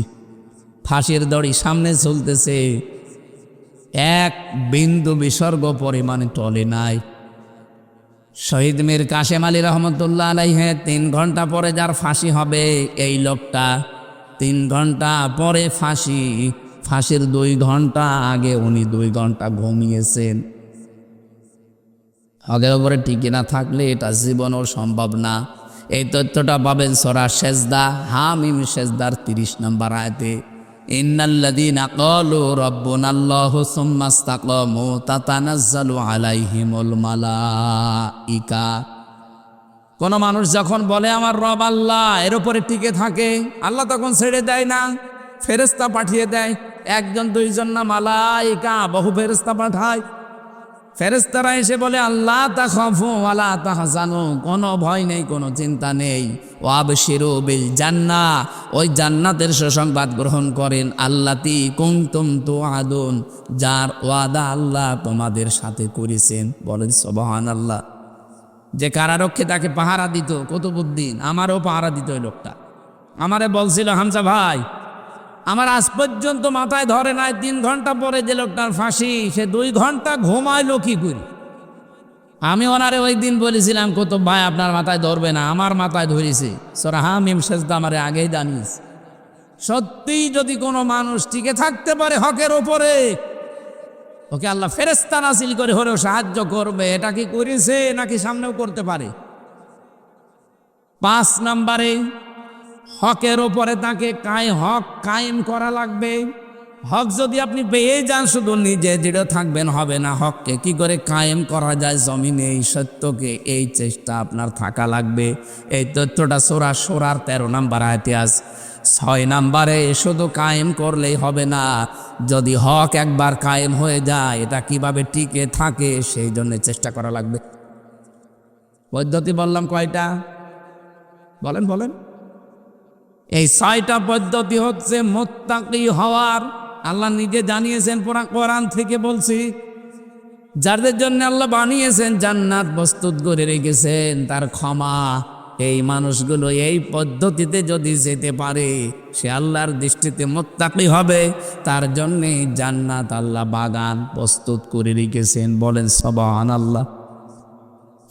নিজের স্ত্রী বাদ দিয়ে অন্যের প্রতি যাদের আকর্ষণ, পরকীয়া প্রেমে যারা লিপ্ত, এরকম মানুষ দেশে নেই। তাদের জন্য একটা ঔষধ আছে কোরআনে কারিমে, সূরা নূরের 30-31 নম্বর আয়াত। বললেন সুবহানাল্লাহ বলছে। ঘুম আসেছিলেন, তাও ভালো। বললেন মুমিনিনা ইয়াগুদ্দু মিন আবসারিহিম ওয়া ইয়াহফাযু ফুরুজাহুম যালিকা আযকা লাহুম ইন্নাল্লাহা খাবীরুম বিমা ইয়াসনাউন। এই আয়াতটা তাফসীর সহ পড়বেন। কোন মানুষের যদি এই রোগ থাকে যে বিয়ের পরে পরে নিজের বউ 1 বছর 2 বছর ভালো লাগতো, এখন আর ভালো লাগে না, অন্যের বউ দেখলে কেমন যেন ভালো ভালো লাগে, এরকম মানুষ নেই? এটা একটা রোগ। এই রোগের ঔষধ আল্লাহ দিয়েছেন 2টা। কয়টা? বলেন বলেন। একটা হোমিওপ্যাথি, একটা অ্যালোপ্যাথি, নাকি কি বলে? 1 নম্বরে আল্লাহ বলেন এই দৃষ্টি নিম্নগামী করা লাগবে। 2 নম্বরে লজ্জা স্থানের হেফাজত করা লাগবে। এই 2টা ঔষধ যদি কোনো মানুষ সর্বোচ্চ 1 মাস পালন করতে পারে, ওর তখন অন্যের স্ত্রীর চাইতে নিজের জায়েজ যেটা, এই স্ত্রীর প্রতি ভালোবাসা মহাব্বত বাড়বে। আপনি এই ঔষধ আজকে থেকে খেয়ে দেখেন, সামনে আছে ইনশাল্লাহ। ঠিক আছে, আলহামদুলিল্লাহ, ওটা মানবেন। মুরব্বী মানুষ, আপনার বলার দরকার কি? আপনি কার দিকে তাকান না? দাদার বয়সী লোক, উনি যদি বলছে ইনশাল্লাহ, উনি এদিক ওদিকে তাকাতে পারে। আজকে থেকে আমরা যাদের এই রোগে রুগী আছি, এই রোগটা দূর করার জন্য আল্লাহ এই ঔষধটা দিয়েছেন। সে নারী হোক আর পুরুষ হোক, প্রত্যেকের জন্য। কথা বুঝতেছেন? মেয়েরা যারা এসেছেন, আপনাদের জন্য পুরুষের জন্য একই ওয়াজ, আপনার জন্য আলাদা একটা ওয়াজ। নবীজি বলেন ওই মহিলা জাহান্নামী, ওই মহিলা জাহান্নামী, ওই মহিলা জাহান্নামী যে তার স্বামীর সামনে মেজাজ নিয়ে কথা বলে। এই কয়া ইউনিয়নে এসব নেই। সুতরাং আপনার নামাজ, রোজা, পর্দা সব কিন্তু মাঠে মারা যাবে। আল্লাহ আপনাকে তৌফিক দিন এই আয়াতটা মেনে চলা। আমি জেলখানায় থাকতে, যেহেতু সাইদি সাহেব রহমতুল্লাহ আলাইহির সাথে কয়েকবার দেখা হয়েছিল হাসপাতাল কেন্দ্রিক, অনেক কিছু উপদেশ দিয়েছিলেন। ওইটা নিয়ে আমি একটা বইও লিখেছি, শতাব্দীর শ্রেষ্ঠ রাহাবার আল্লামা সাইদি রহমতুল্লাহ আলাইহি। তো ওনার ওই বইটা যদি কোনো জায়গায় পান, আমার মনে হয় গাড়িতে নেই এখন, যদি আশপাশে কোনো জায়গায় পান, এটা আছে, এখানে থাকলে নিয়েন, কাজে লাগবে। অনেক তথ্য দেওয়া আছে, আপনার জ্ঞানের দূরদর্শিতা বাড়বে। যতগুলো বললাম আল্লাহ আমাদেরকে কবুল করুন। 1.5 ঘন্টা হয়ে গেছে। আল্লাহুম্মা আমিন। রব্বানা আতিনা ফিদ দুনিয়া হাসানা ওয়া ফিল আখিরাতি হাসানা ওয়া কিনা আযাবান নার। মোনাজাত যারা করছেন মোনাজাত বসে করেন, মোনাজাত বসে করেন, মাথা নিচু করেন, চক্ষু বন্ধ করেন। রব্বানা যালামনা আনফুসানা ওয়া ইল্লাম তাগফির লানা ওয়া তারহামনা লানাকুনান্না মিনাল খাসিরিন। এ বিশাল আসমানের মালিক, বিস্তীর্ণ জমিনের মালিক, তোমার এত বড় বড় সৃষ্টির তুলনায় আমাদের এই হাত দুইটা বড় ছোট্ট। এই ছোট ছোট দুটি হাত কোরআন শুনতে এসে তুলে ধরেছি। রাত 11:30 পার হয়ে গেছে, 12টা বাজতে চলছে। দুনিয়ার নিয়ম আমরা জানি, রাত যত গভীর হয় পৃথিবীর যত অফিস আদালতের দরজা আছে বন্ধ হয়ে যায়। রাত যত গভীর হয় তোমার রহমতের দরজা তত খুলতে থাকে। রব্বুল আলামিন, সারা জীবন যত অপরাধ করেছি এগুলো যদি শরীরে লেখা থাকতো, মানুষ আমাদেরকে কুকুরের মতো ঘৃণা করে তাড়িয়ে দিত। আজকের মাহফিলের সভাপতি, মাহফিলের প্রধান অতিথি, প্রধান বক্তা হিসাবে এখানে বসার সাহস তো দূরের কথা, মানুষ এখানে আমাদেরকে উঠতেই দিত না। যেভাবে গোপন রেখে দিয়েছে অপরাধগুলো, কিয়ামতের দিন তোমার সাত্তার নামের ওসিলায় আমাদের গোনাগুলো আল্লাহ তুমি গোপন করে দিও। যত গোনা করিয়াছে গোপনে মাফ করে দাও আল্লাহ তুমি নিজ গুণে। আল্লাহ তাআলা কুষ্টিয়া জেলার কমারখালী, কয়া, খলিশাদহ এলাকাবাসী মৃত মানুষদের মাগফিরাত কামনায় তোমার কোরআনের আয়োজনের সাথে সম্পৃক্ত তারা এলাকার হাজার হাজার মানুষের আজকের এই মাহফিলের সাথে সংযুক্ত আছে। এখানে যারা বসে আছে, বিভিন্ন দূর দূরান্তে যারা আছে, তাদের মা বাবা আত্মীয় স্বজন হয়তো কবরে আছে। সন্তানের হাতের ওসিলাই করে এই সিয়াম সাধনার পরে যে মানুষগুলো ঈদের খুশিতে মেতে আছে, আমাদের আত্মীয় স্বজনগুলোকে কবরে তুমি খুশি করে দাও। যে যেইভাবে কোরআনের আয়োজনের সাথে এগিয়ে এসেছে, আল্লাহর তোমার রহমত তার দিকে এগিয়ে দাও। আমি সহ যারা অনেকে অসুস্থ আছে, শেফায়ে কামেলা আজেলা নসিব করো। অনেক মেয়েরা অসুস্থ আছে, আল্লাহ মহিলা প্যান্ডেলে মা বোনদেরকে খাদিজাতুল কুবরার মতো, আয়েশা সিদ্দিকার মতো, ফাতেমাতুজ জহরার মতো বানিয়ে দাও। ঘরে যাদের শান্তি নেই, স্বামী সংসারে আল্লাহ শান্তি দান করো।